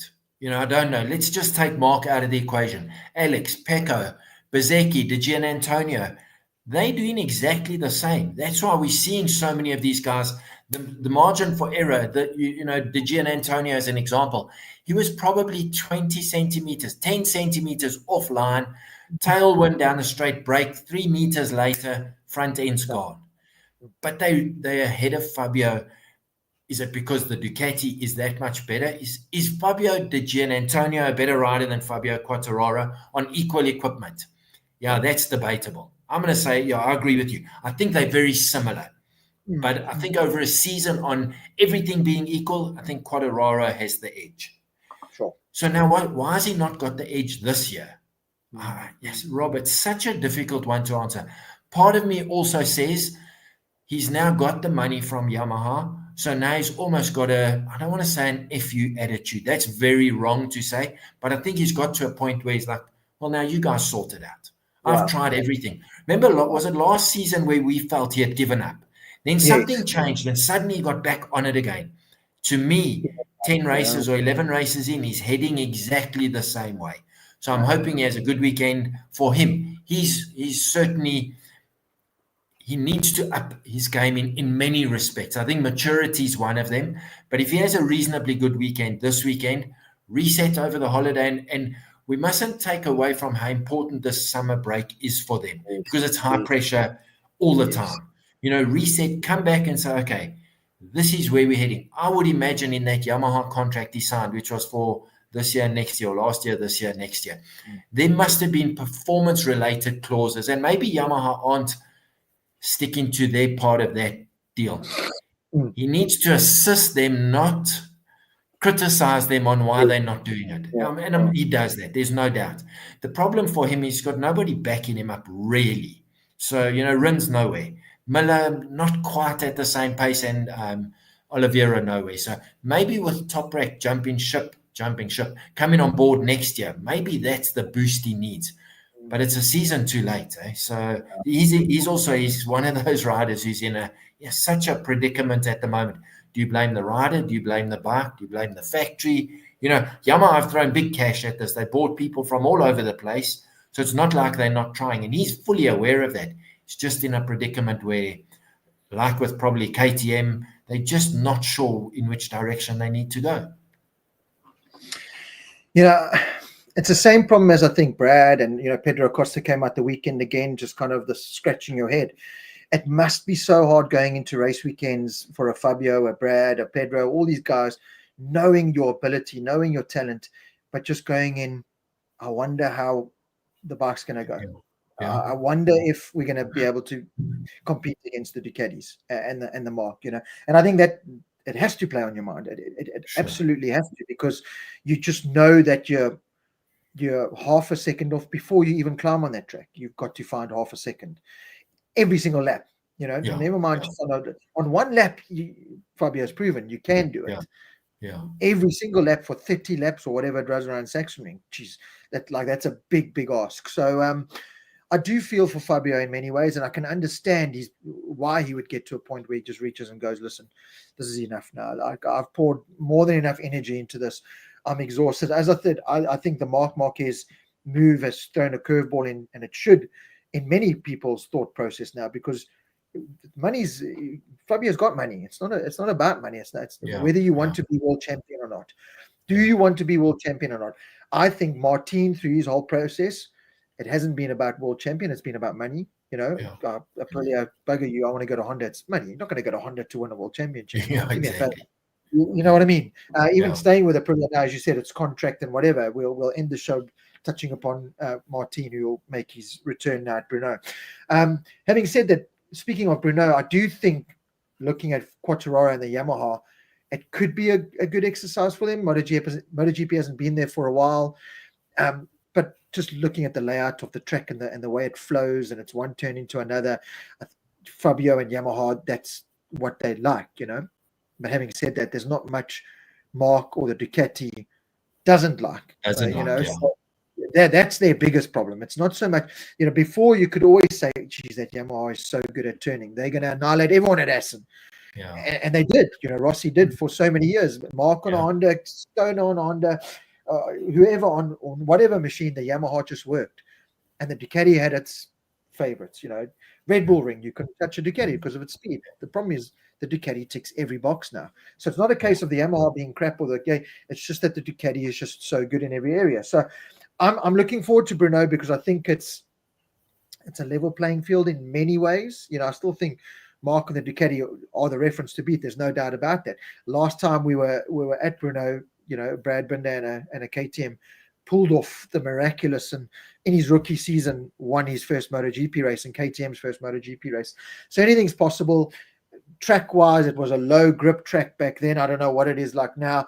It's a fantastic, beautiful place to I've never been there, but to watch it, even to play it on PlayStation, it was fantastic. I think there's positives for Quartararo and Yamaha to go into this and go, right, if there's a place that we can compete, it should be Brno on the Yamaha. It should. Yeah, Rob, from what I can remember, Brno, fast and flowing. And so maybe the fast is detrimental to the Yamaha, but the flowing bit, if they're coming out of turns where, like you said, they don't like the stop-start. The flat out, hard on the brakes, down 4 gears out of a slow corner. They definitely prefer the fast and flowing stuff. Might be beneficial, but he's got a string of Ducatis that, like you say, the Ducati ticks every box, so they can do exactly the same. So it's going to be very interesting. Mark felt the new surface, being a brand new surface, is going to be very grippy. So he said, obviously, they're going to find out when they go there, but he said in his mind, he's thinking they're going to get there and it's going to be very grippy. So let's see how that plays out. But yeah, the Yamahas, Quartararo's got no backup. So it's a difficult scenario for him. But yeah, he needs to just, I don't want to say wind his neck in, but just, if you've got things to say it to your engineers, say it to the Yamaha people and let them deal with it. I do think maybe when you're saying it to the public and to the journalists, it's a cry for help. But they're not the people who are going to help you, your team and the powers that be. So, yeah, but anyway, let's see how this weekend goes for him. Not a bad result, as you said, but gifted a couple of places there and far behind. 18 seconds, that's three quarters of a second per lap. That's not even on the same stratosphere. You're not going to, it's not like you can say, well, if Mark, Alex, and Pecco had just had a little mistake, I would have had them. He was way behind. So no, he wasn't in the conversation. Aldeguer 5th, Marini 6th. We'll talk about them quickly. I'm going to jump to 7th with Brad Binder, purely because I fully agree with this comment here by Shadow Plays Master. Could see Brad was fighting that KTM all the way around and just trying to keep the tractor upright. Byron Netlin was also talking about how great it was seeing Brad going into turn 1, and it's always spectacular to see Brad full flight going sideways and loving it. But I couldn't agree more with this comment here. We've said in the last couple of ones, get to the checkered flag. Brad just needs to get to the checkered flag, take the results, and build that confidence. I was WhatsApping with Courtney Binder, Brad's wife, just before the weekend. My brother had put a Facebook post out of Anea Bastianini out, and it said the Ducati rider. So Courtney, being the nice person she is, and our proofreader now, our social media proofreader, messaged me and said, Rob, you might want to have a look at this, and how's the family and everything. So we got talking, and she said exactly what I was thinking. They'd gone away on a nice little family break, just her, the baby, and Brad, and a couple of friends, and a nice little reset. There was some nice pictures of them on the boat, like really enjoying the beach life, and they'd be just something that sometimes you needed to do. Switch off from the life that's happening around you, and just, to be honest, I'm going on holiday next week, and I can't wait for it because I feel like I'm in that environment with work at the moment. I'm struggling to focus on work, and I just feel overwhelmed, and it's that time now. Because of the adjustment from South Africa, where you worked your February to December, but then come December, you switch off for the whole December and a bit of January, and you go back. Whereas here in the UK, it's July to July almost, or August to August is your season because of summer here. So I'm still getting into this routine of working, July to July. So I look at it now, and I said to my wife the other day, like, I just feel burnt out. Like, what the hell's going on? It's just been December. So why the hell am I feeling like this? And she's like, well, just remember, you work the whole of December. You have your couple of days off for Christmas, but you've worked flat out since last year, July, when we went on holiday for a week. And she's still getting into that. But anyway, going back to Brad, it's a little bit of a reset. And I still remember saying it's exactly what I felt. Hopefully, a little reset, and it helps. And in a way, I think it did. I saw a Brad that brought it home, in tricky conditions. Things didn't look good. The bike didn't look like it was what he wanted. I know he came out afterwards and said, again, the typical Brad thing, we learned a lot, made a lot of changes that for me worked, and I'm excited to go to Bruno. Great, Brad. I love your positivity, but I don't believe you half the time anymore now, to be honest, because we just never see it play out the way that Brad spells it out. It's like, it sounds so good. But I did, going back to the comment there made by Shadow Plays Masters, I did see a Brad as spectacular and as great as it is to see him going to turn 1 like that. It's not the fast way. If you look at Mark's the fast way. Mark made every line. He could put that Ducati where he wanted. He made the track short. He didn't have to take these wide sweeping lines. He could cut the bike in time. You look at Marc Marquez's line into turn 1 compared to Brad's line into turn 1. You look at Mark's line and most other riders' line into that turn 3 and 4, that double right, that long right. Brad flicks it into that first right. The bike kind of fights him and kicks him in the face, and he can't carry this nice one line right. Mark could just rail it. rail, I think is the right word. You've got to rail Sachsenring. You've got to just make it short and sweet. You cannot, if you add track on, I mean, Brad was holding Marini up. You know, this is a guy that's 70% fit on a Honda. I looked at it and I just went, kudos, Brad. To finish 7th is brilliant. It's still not where Brad needs to be or deserves to be. But looking at how he was riding that bike and how he was fighting that bike and how that bike, you know, Pedro was putting the bike where he wanted it. And look what happened. Vinales, I'm going to criticize Vinales and say that was a rookie error. He 100%. Went out on the soft, got the feeling of the soft and went, this is great. Now I'm going to go destroy everyone. But you've put a medium on now. There's a big difference. You can't go now flick to the left-hander. And so that was error. And then Enea Bastianini, unfortunately, with appendicitis or whatever he had. But I looked at Brad and went, the mature thing to do this weekend, Brad. You didn't throw yourself in the scenery. You got a back-to-back race coming up, Bruno, a track that you love and you've proven that you perform at. To go throw it into the weeds of Bruno would have been a complete waste of time. You brought it home in both races, in the points, saw the checkered flag despite the bike kicking and fighting you. Well done on that front, but still very, very frustrating to see a Brad Binder beaten by Luca Marini. No disrespect to Luca Marini. Yeah, absolutely, Robin. When I was watching, that's exactly what I thought. In fact, over the last 3 seasons, in fact, last year, this year, since Marini's been on the Honda, I don't think he's even finished within, I don't know, probably 10 seconds of Brad. This weekend, Brad was he was blocking. He was doing his best to stay ahead of Marini when he was ahead of Marini. You could just see how Marini, as you say, rail it. That Honda seems planted. Just seemed to be not a bad bike to be on at the Sachsenring. Where the KTM just looked like Brad was, you know, he was tentative that he didn't lose the front, but he was too scared to get on the gas, and then, you know, so it just didn't look comfortable at all. For Brad to be fighting in a bunch with Marini and Jack Miller, that's not his league, and his previous results will show that. No matter what anyone says, he's always finished ahead of those guys and by a long shot. So this just highlights the fact that this KTM for Brad is not a great package at the moment. Unfortunately, we never got to see Maverick because he's been on a good run, and Pedro is doing what Pedro does best. He's now getting a bit of a reputation. Last year we said, no, he's the rookie and that's how he's going to learn. Now he's doing it consistently more than he's not, and that's falling off.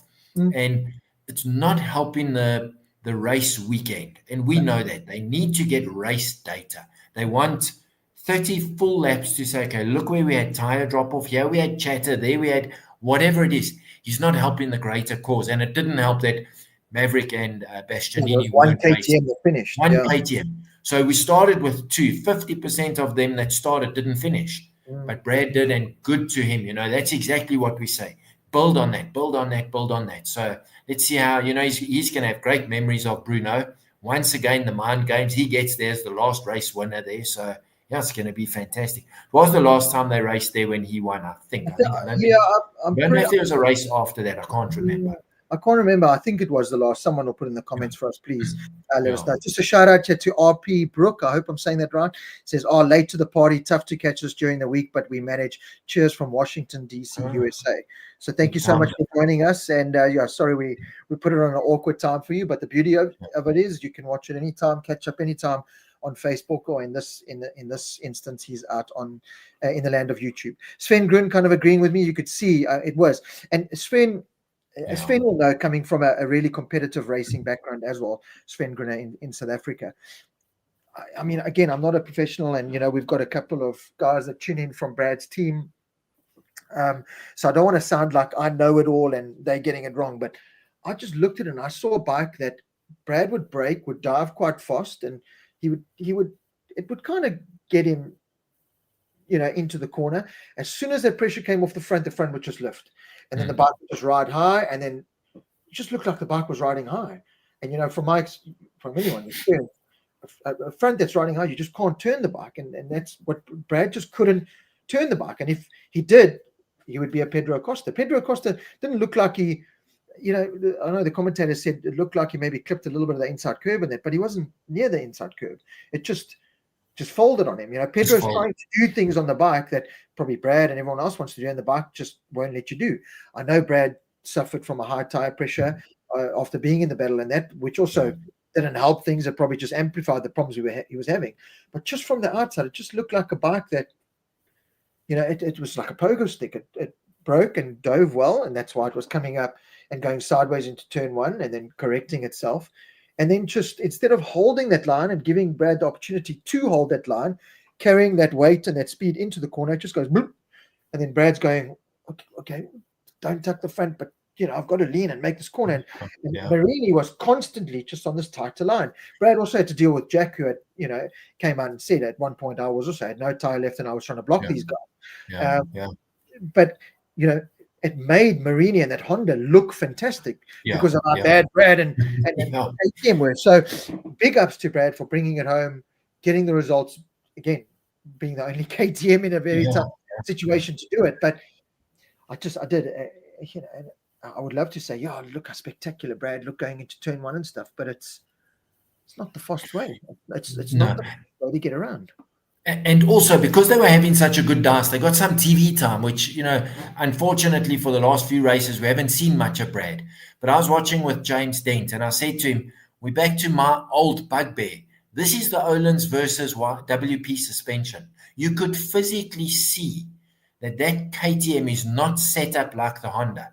And to me, that I still maintain, besides all the other issues, 0.2 of a second, 0.1 of a second, which is what they're looking for, is down to the WP suspension. And I know people will argue and say, look at the Moto2 bikes. They've got some of the bikes on WP dialed in. This is a different animal, this. And it's the first time watching how planted that Honda was that I even said to James, I said, I'm telling you, they're lacking in the suspension because you could see that KTM, there's something, and I'm not going to say it's, you know, suspension, front suspension specifically you get stiction.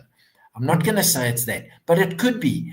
Is it a coating on the fork? I have no idea. Is it the bottom of the stroke that they just cannot get the same as Öhlins? It's the first time for a while that I've gone back to that's been my bugbear for 2 years with KTM. You know that, Rob.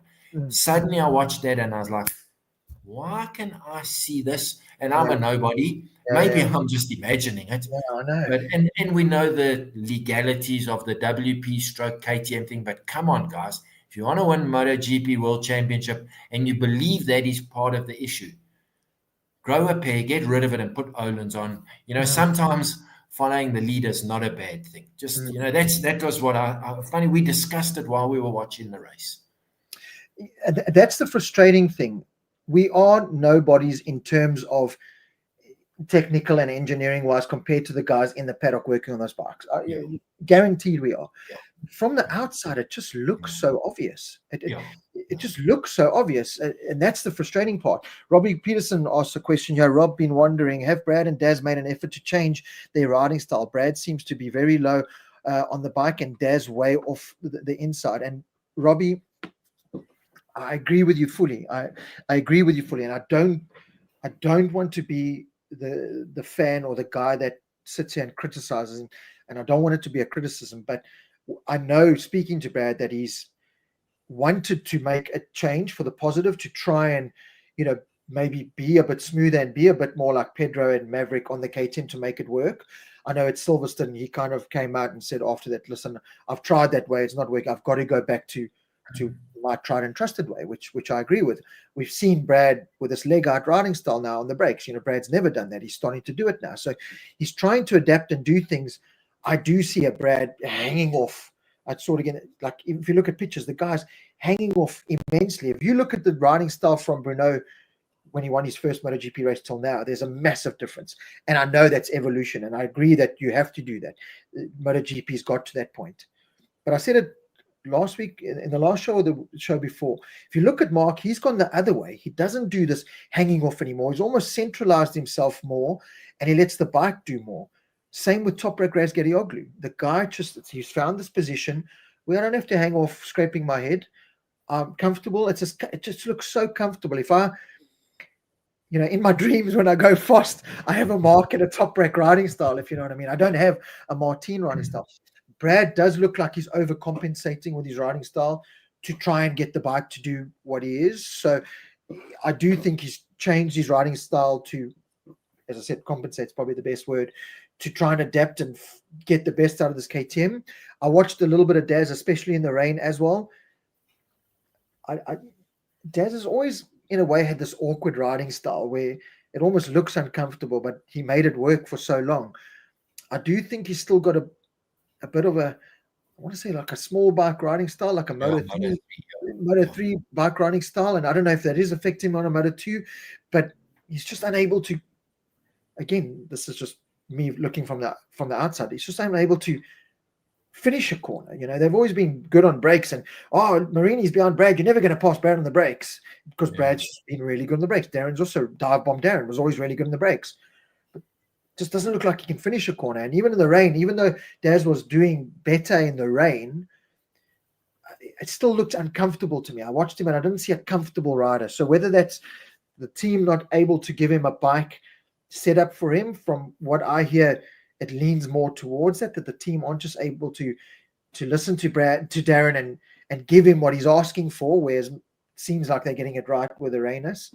So Robbie, it is a tough one, but whether it's change that they've enforced to try and make themselves better, or if it's change that they've had to enforce to try and get the best of what they have, or that's the only way they can ride these bikes, I don't know, but both do look uncomfortable. They don't look like their normal, comfortable, fast way of riding the bike. So, I don't know. Hopefully at the end of the year, we get to talk one-on-one with them, and I'm going to tell them that they're having a cuck season this season because they didn't talk to Uncle Rob one-on-one. That's why. Yeah. Well, karma. We didn't do the interview like we normally do, the end of year or the start of year interview. I rest my case. But it would be nice to have that kind of discussion with them. Give us a little bit of insight on that. No one's really asked that question, and it's hard to ask that question in at a debrief in Silverstone. Yeah. It's not really the place to ask that question. Yeah. It's more about that weekend and whatever, and they're not going to give you the full answer. It's it's suit and tie, and it's not the right environment. So hopefully we do get a bit of one-on-one time with them at the end of the year, and we can kind of ask those questions, and we get a good, honest answer. Yeah, Rob, I think between you and Robbie Peterson, you can sort of answer these questions yourself. How easy is it for a guy who's been doing the same thing for many, many, many years to suddenly try and change? We know Marc learned to adapt from the Honda to the Ducati, but maybe that's because the Ducati encouraged him to change his riding style and was more adaptive. For Brad, possibly, we know he may try to make changes, and now he said, no, it's not working. Did he not give it enough time? I don't know. But you guys would know. I think personally, and I've never raced at all on the road, and certainly not at any kind of level, having done track days and things like that. You get ingrained into what you've done. Now, these guys have been doing it for years. How easy is it to suddenly, and I'm trying to think back to watching Brad in the early days on the MotoGP KTM.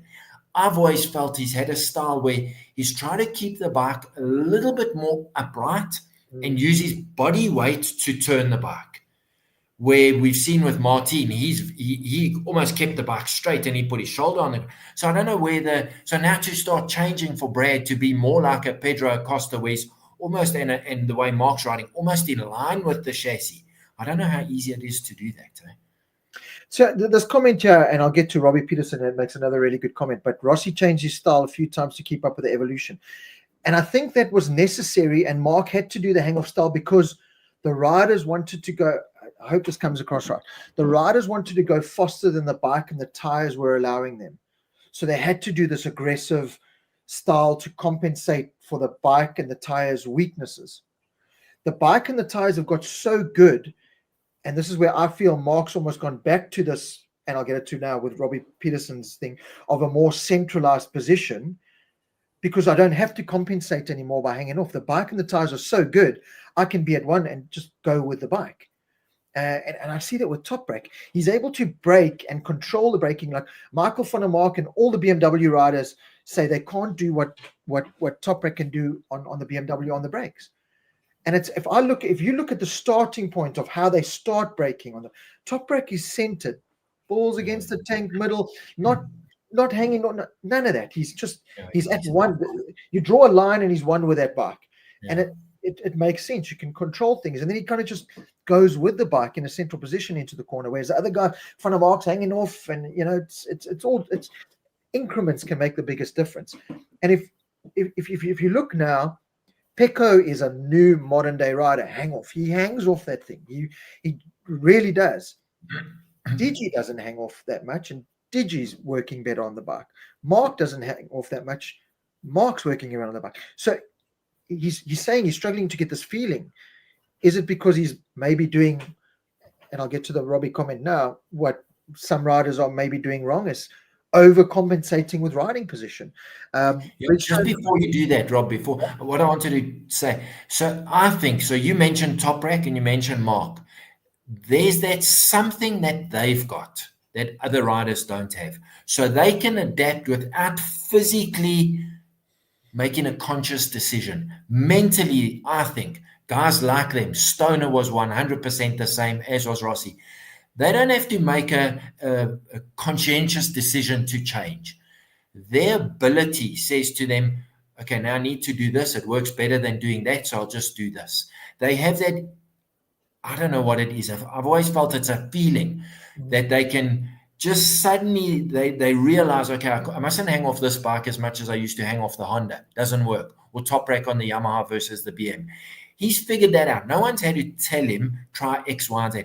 They just have this sixth sense, this feeling, that's what makes them a cut above the rest. When they need to adapt, they don't have to physically think. And I'm using Brad as an example. I'm not saying this is how it is, but we're saying maybe he needs to sit a little bit more upright in the chassis as opposed to off the bike.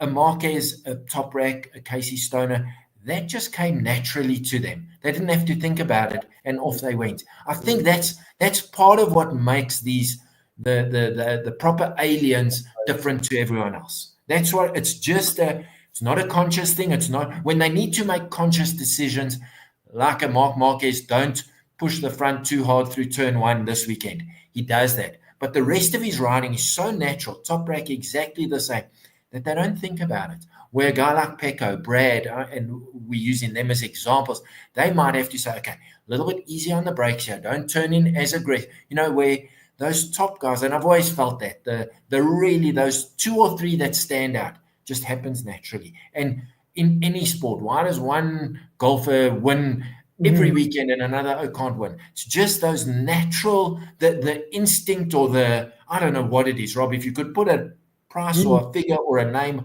you'd make billions. But that to me is what separates the exceptionally good to the great.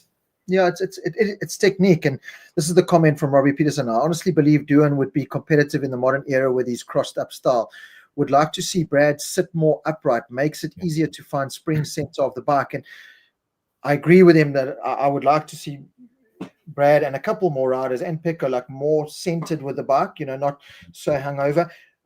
Mick Doohan's style in the modern day era, I don't know, that was like a really outrageous style. But I look at Moto America this past weekend, and there's a rider, for those that follow Moto America, Bobby Fong, who races on the factory Attack Yamaha now.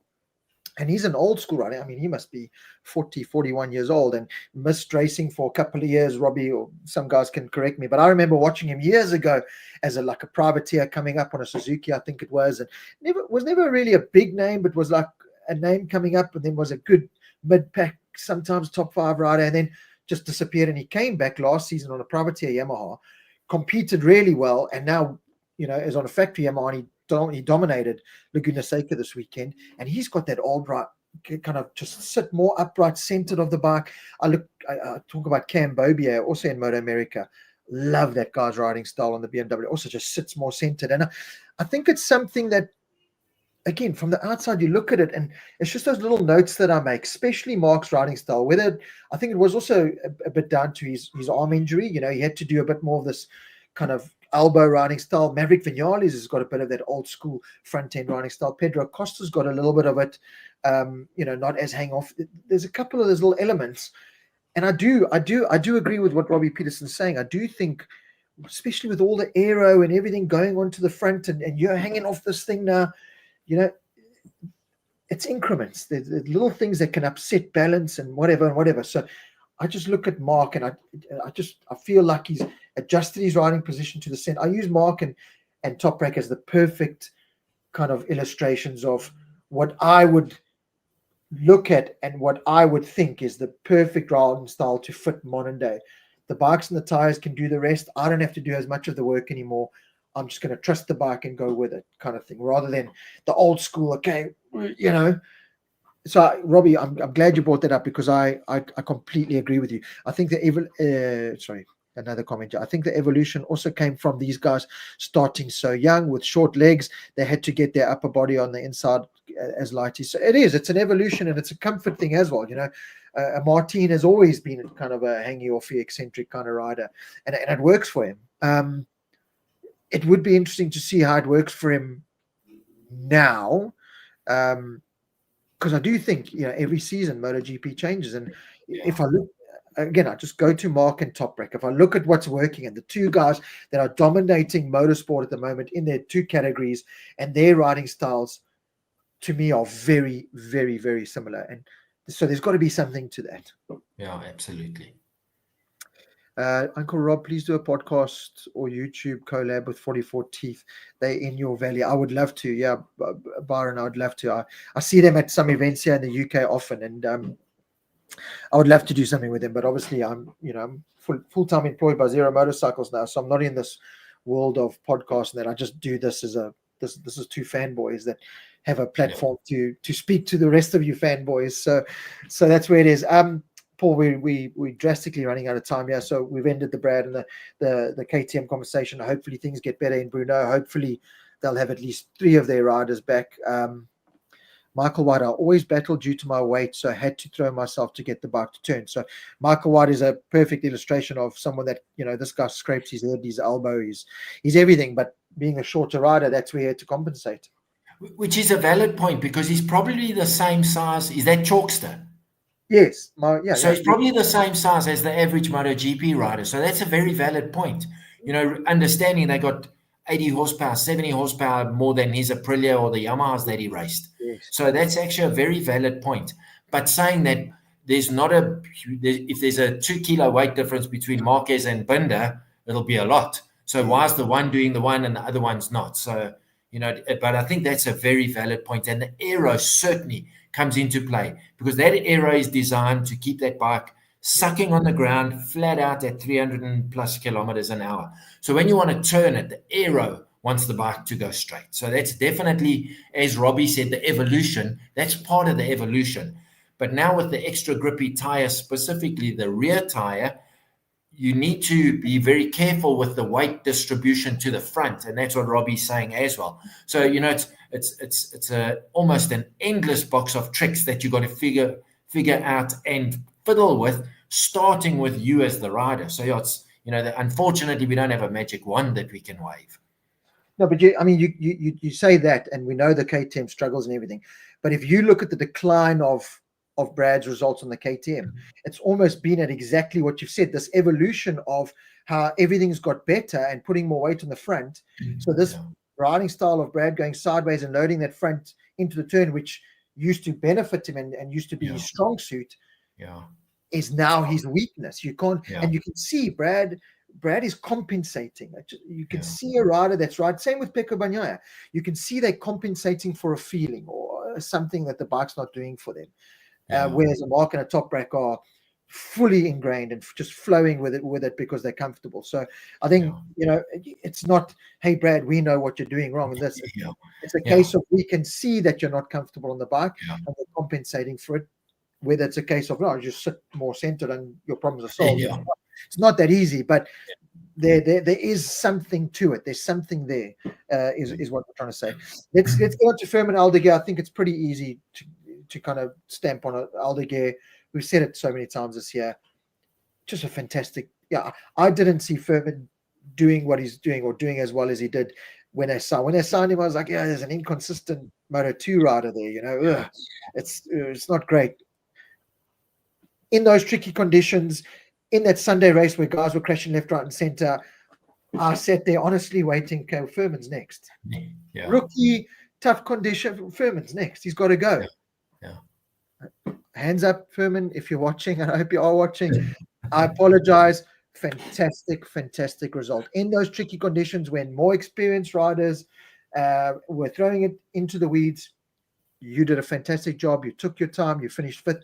Couple more laps, you would have found yourself in fourth ahead of Fabio Quartararo. So brilliant. The Furman exercise is doing fantastic, and there's no wonder why there's talk of him potentially going to VR46 or maybe even the factory team or somewhere else. I think he'll do fine just staying right where he is. But he's a name that's on lips, and for a valid reason, because he's doing a fantastic job. Yeah, absolutely, Rob. And exactly what you said, that 2 seasons ago in Moto2, remember, he finished off the year. I think he won 5 out of 7 or 6 out of the last 8. And then they signed him early the next year. And then he just did nothing. I think he won 2 or 3 races last year, if that many. But he had, by his standards, a very poor season. And then the talk was, now Ducati have signed this hot shot and suddenly he's not so hot. Then also it goes back to the mental game. Suddenly, where's his confidence? Now he's jumping on this bike. But he's proved himself. He's just done exactly what a rookie needs to do. And as you say, tricky conditions, just bring the bike home and get the best result you can get, which, as you say, was a 5th, but almost a 4th. So, yeah, I like him. I do. Me personally, I think you would be silly to look anywhere else other than Grassini. Honestly, as you've always said, Rob, that environment is inviting, friendly, comfortable, maybe 5% less on the pressure scale as opposed to a VR46 and 20% less than in the factory. He's thriving there. So why would he want to look anywhere else? Remembering, though, he's on a Ducati contract. So he doesn't call the shots. Gigi and who's the bald oak, they're going to say, listen, we need you to move out the way because of X, Y, and Z. So, but personally, I would like to see him just stay there and be happy, because looks like there's no inter-rivalry with him and Alex. I think he's accepted this year Alex is the class of the field for the non-Marc Marquez riders. And I think he's also settled in there, and they just get on and do what they have to do. And that's what you want from your rider. And, a big thing for the Ducati riders that they can take into next year is that they're essentially going to be on the same bike, maybe with 1 or 2 slight tweaks or whatever, but you're going to be on this fantastic package. So it's not like you're going to this complete new evolution that we're going to in 27. So one thing I will argue is, and I mentioned it earlier, the arrogance of these riders. So we're saying, stay where you are, it's a comfortable. Furman's going, look at that. I want factory red bike. Thank you very much. So, and that's what drives them. That's what you'll never be able to curb. And as soon as that arrogance, determination, enthusiasm ends, they might as well stop their career, because that's what fuels them. So it's easy for us on the outside to say that, but on the inside, that's how it is. Luca Marini. Let's talk Luca Marini, because we'll talk him and then we'll end off with Martin and heading into Bruno, which I think is a good conversation to end on. But Martin, we know, we've spoken about him, good solid rider, great test rider, never really bring Marini. Never going to bring Honda the success that, he's not going to win them titles and this and this and this and this. But what he proved again this weekend is you're going to get the solid base of a rider that the guy had no right racing there this weekend, Paul. When I saw that he was going to race, I was like, that's very cute, my man. That's very cute. You're going to be left for 30 laps, 800 kilometers. You're going to fall off that bike, my man. You're wasting your time. Why? You got a summer break coming. Why? The guy broke just about everything in his body. He was in Japan up until 2 weeks ago, lying in a hospital, for goodness sake. What the hell? And for him to come and do what he did, you can see why. A couple of speak chats ago, I was still going, why is this guy being spoken about staying with Honda? There's Martin, there's Toprak, why is Marini's name? The guy's going into every conference going, no, I'm sweet, thanks. I'm talking to Honda and it's going well. This is why. That's why. A weekend like that, this is why. Again, you talk about data, bringing it up. Yes, Sean Mir is the unluckiest guy on the planet at the moment, got taken out by Iowa. But you talk about bringing it home, bringing the data home, bringing good data home. Zarco, as good as he was and looked, unfortunately crashed. There was Marini, the worst of the Honda riders present there this weekend. No Chantra because of his injury. But the worst out of the three, doing the best job. That is what his value is to Honda. A couple of things, Rob. First of all, for all of them, I'm not singling Marini out, but he showed it this weekend. Their commitment and their drive and their will to race is beyond what we could ever understand. I mean, and the same with Martin coming back. He's also not at full fitness. I can guarantee you that. I mean, what's Martin broken this year? 14 bones, But Marini just showed that commitment. He's there to race. He wants to do a job. And then just, which I mention quite often, listen to the Oxley Bomb podcast. And once again, Matt Oxley says, the best debrief to go to. He said he went to Zarco's debrief and Zarco waffles on about nothing. He says, then you go to Marini's debrief and you have an engineer giving you the debrief. He says, that's what I felt. That's exactly what you always said. Yeah, I can take out of Marini. I've did it the last 2 Silverstones. I took more out of Marini's than I did out of any other rider because he made so much more sense and how he explained it and how he came across. So yeah, I agree. And by the way, before I carry on with it, there was a comment here. I've got to do it, otherwise he's going to kill me. Where is it now? I think it was Byron Nettling who said, "Uncle Rob, please." No, that's not that. Thanks, Paul, for the Oxley Bomb podcast suggestion. Brilliant. Rob, please thank him for me. He can't read the comments. Okay. That's a thank you from Byron. So anyway, he backs up exactly what you say, Rob. Honda have got an engineer on their bike. I know he's not an engineer, but the way he can break things down and give it to the engineers, it's like he knows exactly what he's doing. So certainly, to have him at a race weekend to finish, I mean, when he was racing there, he was racing with Mir. Yeah, Mir got taken out, but they were in the same fight. It's not like Marini was 6 seconds behind Jean Mir. They were in the same fight. So yeah, big kudos to him. And it just shows these guys, doesn't matter whether they 20th in the championship or leading, their commitment. That's just what I can't believe, their commitment. The minute they are able to race, Alex, Martin this weekend, Marini, the minute the doctor says, well, I think you can race, they there. That's exactly what it is, Rob. It's like, yes, I don't have to sit at home. It's incredible. It's just their passion and commitment outdoes ours by millions, man. I love it. It's a different universe on how they think. Marini, what also impressed me the most, and I said it in his debriefs, was how assured of himself he is. None of this, oh yeah, we tried something and it was nice, just to kind of please everyone. I tried that and I told him to get it off the bike and I didn't like it. Yeah. Put that on, I liked it. He's just so defiant and that's his value to Honda. And I can see it. That is more valuable than anything else. That Honda have got a problem now because it seems like an easy fix. Cool, you got too many. If Martin comes or whatever, the easy fix is right. Goodbye Chantra. Martin's at second LCR bike. The problem is, I think that Idemitsu sponsorship that LCR comes with a Nakagami or a Chantra or someone. So it's not as easy as that. But Honda's best business, forget about Martin or cost. Their best business will be keeping Martin. Marini.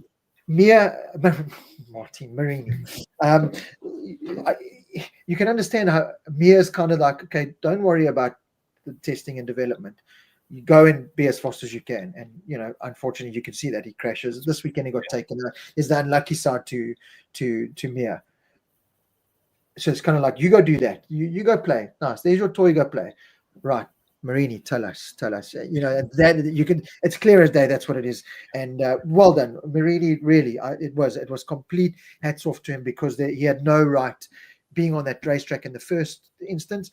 Yeah. He had no right to complete the whole of Friday, the whole of Saturday, and then the whole of Sunday the way he did. Absolutely brilliant. Yeah. On to Bruno, Paul. It's exciting. Let's talk Martin quickly before we end this. It's exciting. I'm excited. I'm excited the fact that whatever's happened, whether it's legal, I agree with you. I think it's more the legal side. But whatever happened, there's a photo of Martin sitting with his team, smiling after it, because yes, that must have been an uncomfortable environment, rocking up into that pit. Absolutely. Yes, that must have been a cock thing. Hi. How do you shake a man that has publicly told everyone that he doesn't want to be there? You know what I mean? As a team, I must put fuel in your bike. I must put your tire warmers on. I'm seeing your screen. You must be joking, my man. But anyway, it's worked out, and I do think I agree with you. It's the legal side, but I do think something sparked Martin. I think Martin climbed on that bike and went, "Hang on, there's something here. And I've said it all along. If Martin was honest and confident and just a better person, I think is the best way to explain it, he'd be looking at Bezzecchi going, he's won, he's competing, he was competing again this weekend. All day long, I will destroy Bezzecchi on the same bike. That's how he should be thinking. If he comes into Brno, not necessarily Brno needs to be a test weekend and just bring it home, see the checkered flag. But certainly after the winter break, if he comes in with that mentality of, right, Bezzecchi's won on this bike, I am a 10 times better rider than Bezzecchi, so I will win on this motorbike. There is no reason to believe that this guy can't go and be the closest challenger to Marc that there is. And I'm excited at that prospect. And so should everyone else be, and so should Aprilia. There's no reason why this can't work. There's no reason. Absolutely. And Rob, that's why they signed him in a heartbeat. Not because they were desperate. Yes, to a point Aprilia were, but at the time they didn't know he would be the reigning world champion, but they know that he can ride a motorbike. There's absolutely no doubt about that. So I think that if he comes with the right attitude, I agree fully. This weekend, and they'll tell him, because he tried to race in Qatar, he got seriously hurt. Yeah, he crashed and then got hit. That's part of racing. This weekend, they got to say to him, listen, get on this bike. We want you to finish Friday morning sessions, Friday afternoon. We don't care if you're going to Q2 or not. Just bring the bike and yourself home. Same on Saturday. Finish the sprint race. We don't care about the race result. Sunday's when it counts. We'd like you to run top 10, but bring the bike home. We're getting a wealth of data. You're getting some race laps under your belt. You go on holiday for 3 weeks and you come back 99% ready. I think that's exactly what you say. Then we got a guy who's headstrong. He's going to say, Bezzecchi who? And then we'll see the best of Martin. If he has a bad weekend this weekend, then it could be a problem for him. My concern right now is that he gets through the weekend unscathed. Yes. He has to just rein those horses in a little bit. They were very cagey about talking about the test last Wednesday, but all I kind of read, he loved the bike and he did lots of laps. So that's a good sign. If he was unhappy, Rod, he would have done, 30 laps. Yeah, exactly. So I think that's a very positive sign. So let's see how this weekend bodes. I hope that Aprilia don't lose focus on Bezzecchi at the same time, which is very easy for them to do because now their glory boy is coming back. But Bezzecchi is actually their glory boy, their challengers. Now he's got to earn his place in that team now. So let's see how this weekend pans out. I did read a thing, and I don't know if it was a clickbait article. He's not going to run the number one on the weekend. Did you see anything about that? Yeah, I have heard and seen that, but because he ran the 89 on the Aprilia Superbike that he tested. But we'll see the number one on the test. He had the number one on his Martinator leathers and his helmet. Everything's got the one on. I think he'll definitely run the one. I'm excited. I think we do need to give credit once again to Bezzecchi because he really has. Someone commented early on as we started the show that he seems to have turned a corner. We spoke about it a couple of weeks ago. He's definitely taken this right. I'm the lead man. I've got to act like the lead man now. And it was a pity he crashed out because it was a great weekend. Again, rain, shine, sun, grip, no grip, left, right, whatever was thrown at Bezzecchi, he looks like this. Again, I've always had my question marks with Bezzecchi about being a week in, week out challenger, just like I did with Digi. They've both kind of, proven me wrong and come to the party. Bezzecchi probably more now. I always thought he was that soft, shy kid in the back that, you could easily just give him a smack and he would go into the corner and that's the end of him. He's really come out as a leader now, and I've been impressed with him. And so I'm really happy with that. The Bezzecchi is doing brilliant, and I think Aprilia did well to sign him. Fantastic. I do think Martin's that kind of person that if the test didn't go well, it's a case of, I'm not going to take a picture with you guys and my whole team. No, man, I'm out of here. My suit, I'm taking my toys and I'm leaving. Yeah. I took a lot out of, first of all, exactly what you said, the amount of laps, the fact that there were these wheelie shots and stuff. Martin's the kind of guy that shows when he's happy. Yeah. He shows it by wheelie shots, amount of laps he rides, and then this smiley picture with the whole team, including Ravioli or whatever you say his name, right behind him. I looked at that and I went, right, this has changed. Yes, it's definitely his solicitors have said to him, listen, you're not going to win this. You're going to come out with egg on your face. But I think Martin also came out of this going, you know what? I can really turn this around by going, if I can you imagine if that guy at some point this season goes and beats Mark in a head-to-head? Yeah. Then we might finally see the Martin fan club spark, and he might sell 5 or 6 shirts. You know what I mean? This could be the turn of where we can really see it. So, and Andre Calvert says, you can't change your number. You have to run number one. Once it's one, it's one. So there we go. And Wayne Taylor says the same thing. You can't do it. So yeah, it's all just clickbait and marketing stuff. Either way, Paul, I think I'd love to talk World Superbikes. I think it was the great Floyd once said, I really do need to talking World Superbikes, because there's a lot going on there as well. And I'll try and squeeze one in. Either way, Paul, I've got some great news. This weekend is Brno MotoGP, back-to-back weekends. I absolutely love it. Thank the Lord. It's going to be fantastic. The return of Martin, yes. My only problem to end off on with Martin is he's got to curb, as you said, he's got to curb that appetite. He's got to rein those horses in, because as soon as that arrogant Martin gets a sniff of things are feeling good, and he just needs to put one fast lap in and things are feeling good, that's where he needs to curb it and go, hang on, don't do it this weekend. Save it for Austria. Okay, so that going to be interesting to see how he curbs that. So yeah, great weekend this weekend. Excited for it. I do have bad news. Next week I'm on holiday, and the normal Rob would say, even on my holiday, I'll take my laptop and we'll do Talking MotoGP on Tuesday. This Rob is tired and exhausted. He's desperate for some time with his family, plus the fact that I'm going to a place where there is literally no Wi-Fi signal. So we won't be able to do Talking MotoGP next week, unfortunately, for Brno. So we'll have to catch up the following week, if that's okay. The week after, if that's okay with everyone. Yeah, that's perfect. So what we'll have to do, I'll just get it to run it, pass it by my wife. I'll watch all the racing live Friday, Saturday, Sunday, record it all, then watch it next weekend. I just won't tell her. She'll never know. So now it's racing again.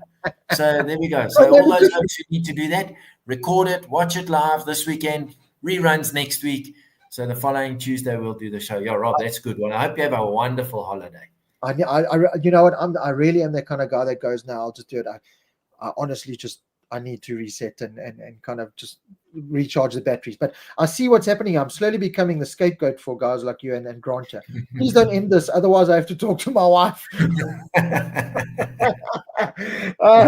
You got to love it. And this is what motivates me to say, just take your laptop, go sit on top of the caravan that we're going to and find signal somehow, and I'll do it. But I'm just going to be honest and be upfront and just say it's not going to happen next week. So enjoy the week off. We're going to have to just curb our appetite until the week after, but then we can just let it all hang out. We've got, the whole summer break to try and fill in some gaps. So, and it suits Ollie Motor because he'll be at Mazzano watching some luminous yellow guy driving in a car. So that's awesome. You see what I'm saying? I can lend him a cap if he wants. You got two there we can send his way. So yeah, anyway, this has been a great chat once again. Thank you to each and every person that came in and commented from all over the world, including America, far away, and we interrupting his morning time, his work time. To everyone, it's fantastic. Robbie Peterson, to have someone of your caliber and your expertise comment, it's fantastic. Paul, I just love hearing your side, because you're this and same with everyone, enthusiastic fans that just have different viewpoints that just bring it all into one, and we can just talk about the sport and the racing that we absolutely love. And I'll definitely miss it next week. I won't lie, I'll miss it, but when I'm in bed early, maybe I won't miss it. Yeah, look, Rob, it sounds like you've really earned this holiday. So wherever you're off to, I hope the weather holds and you have a wonderful time. And we'll catch up in a couple of weeks' time. That's awesome. Okay, Paul, thank you so much. Thank you to each and every one of you. Enjoy the racing this weekend, wherever you're watching it. And then I'll catch you live talking MotoGP Brno in a couple of weeks' time. Goodbye. Good night, everyone. Cheers.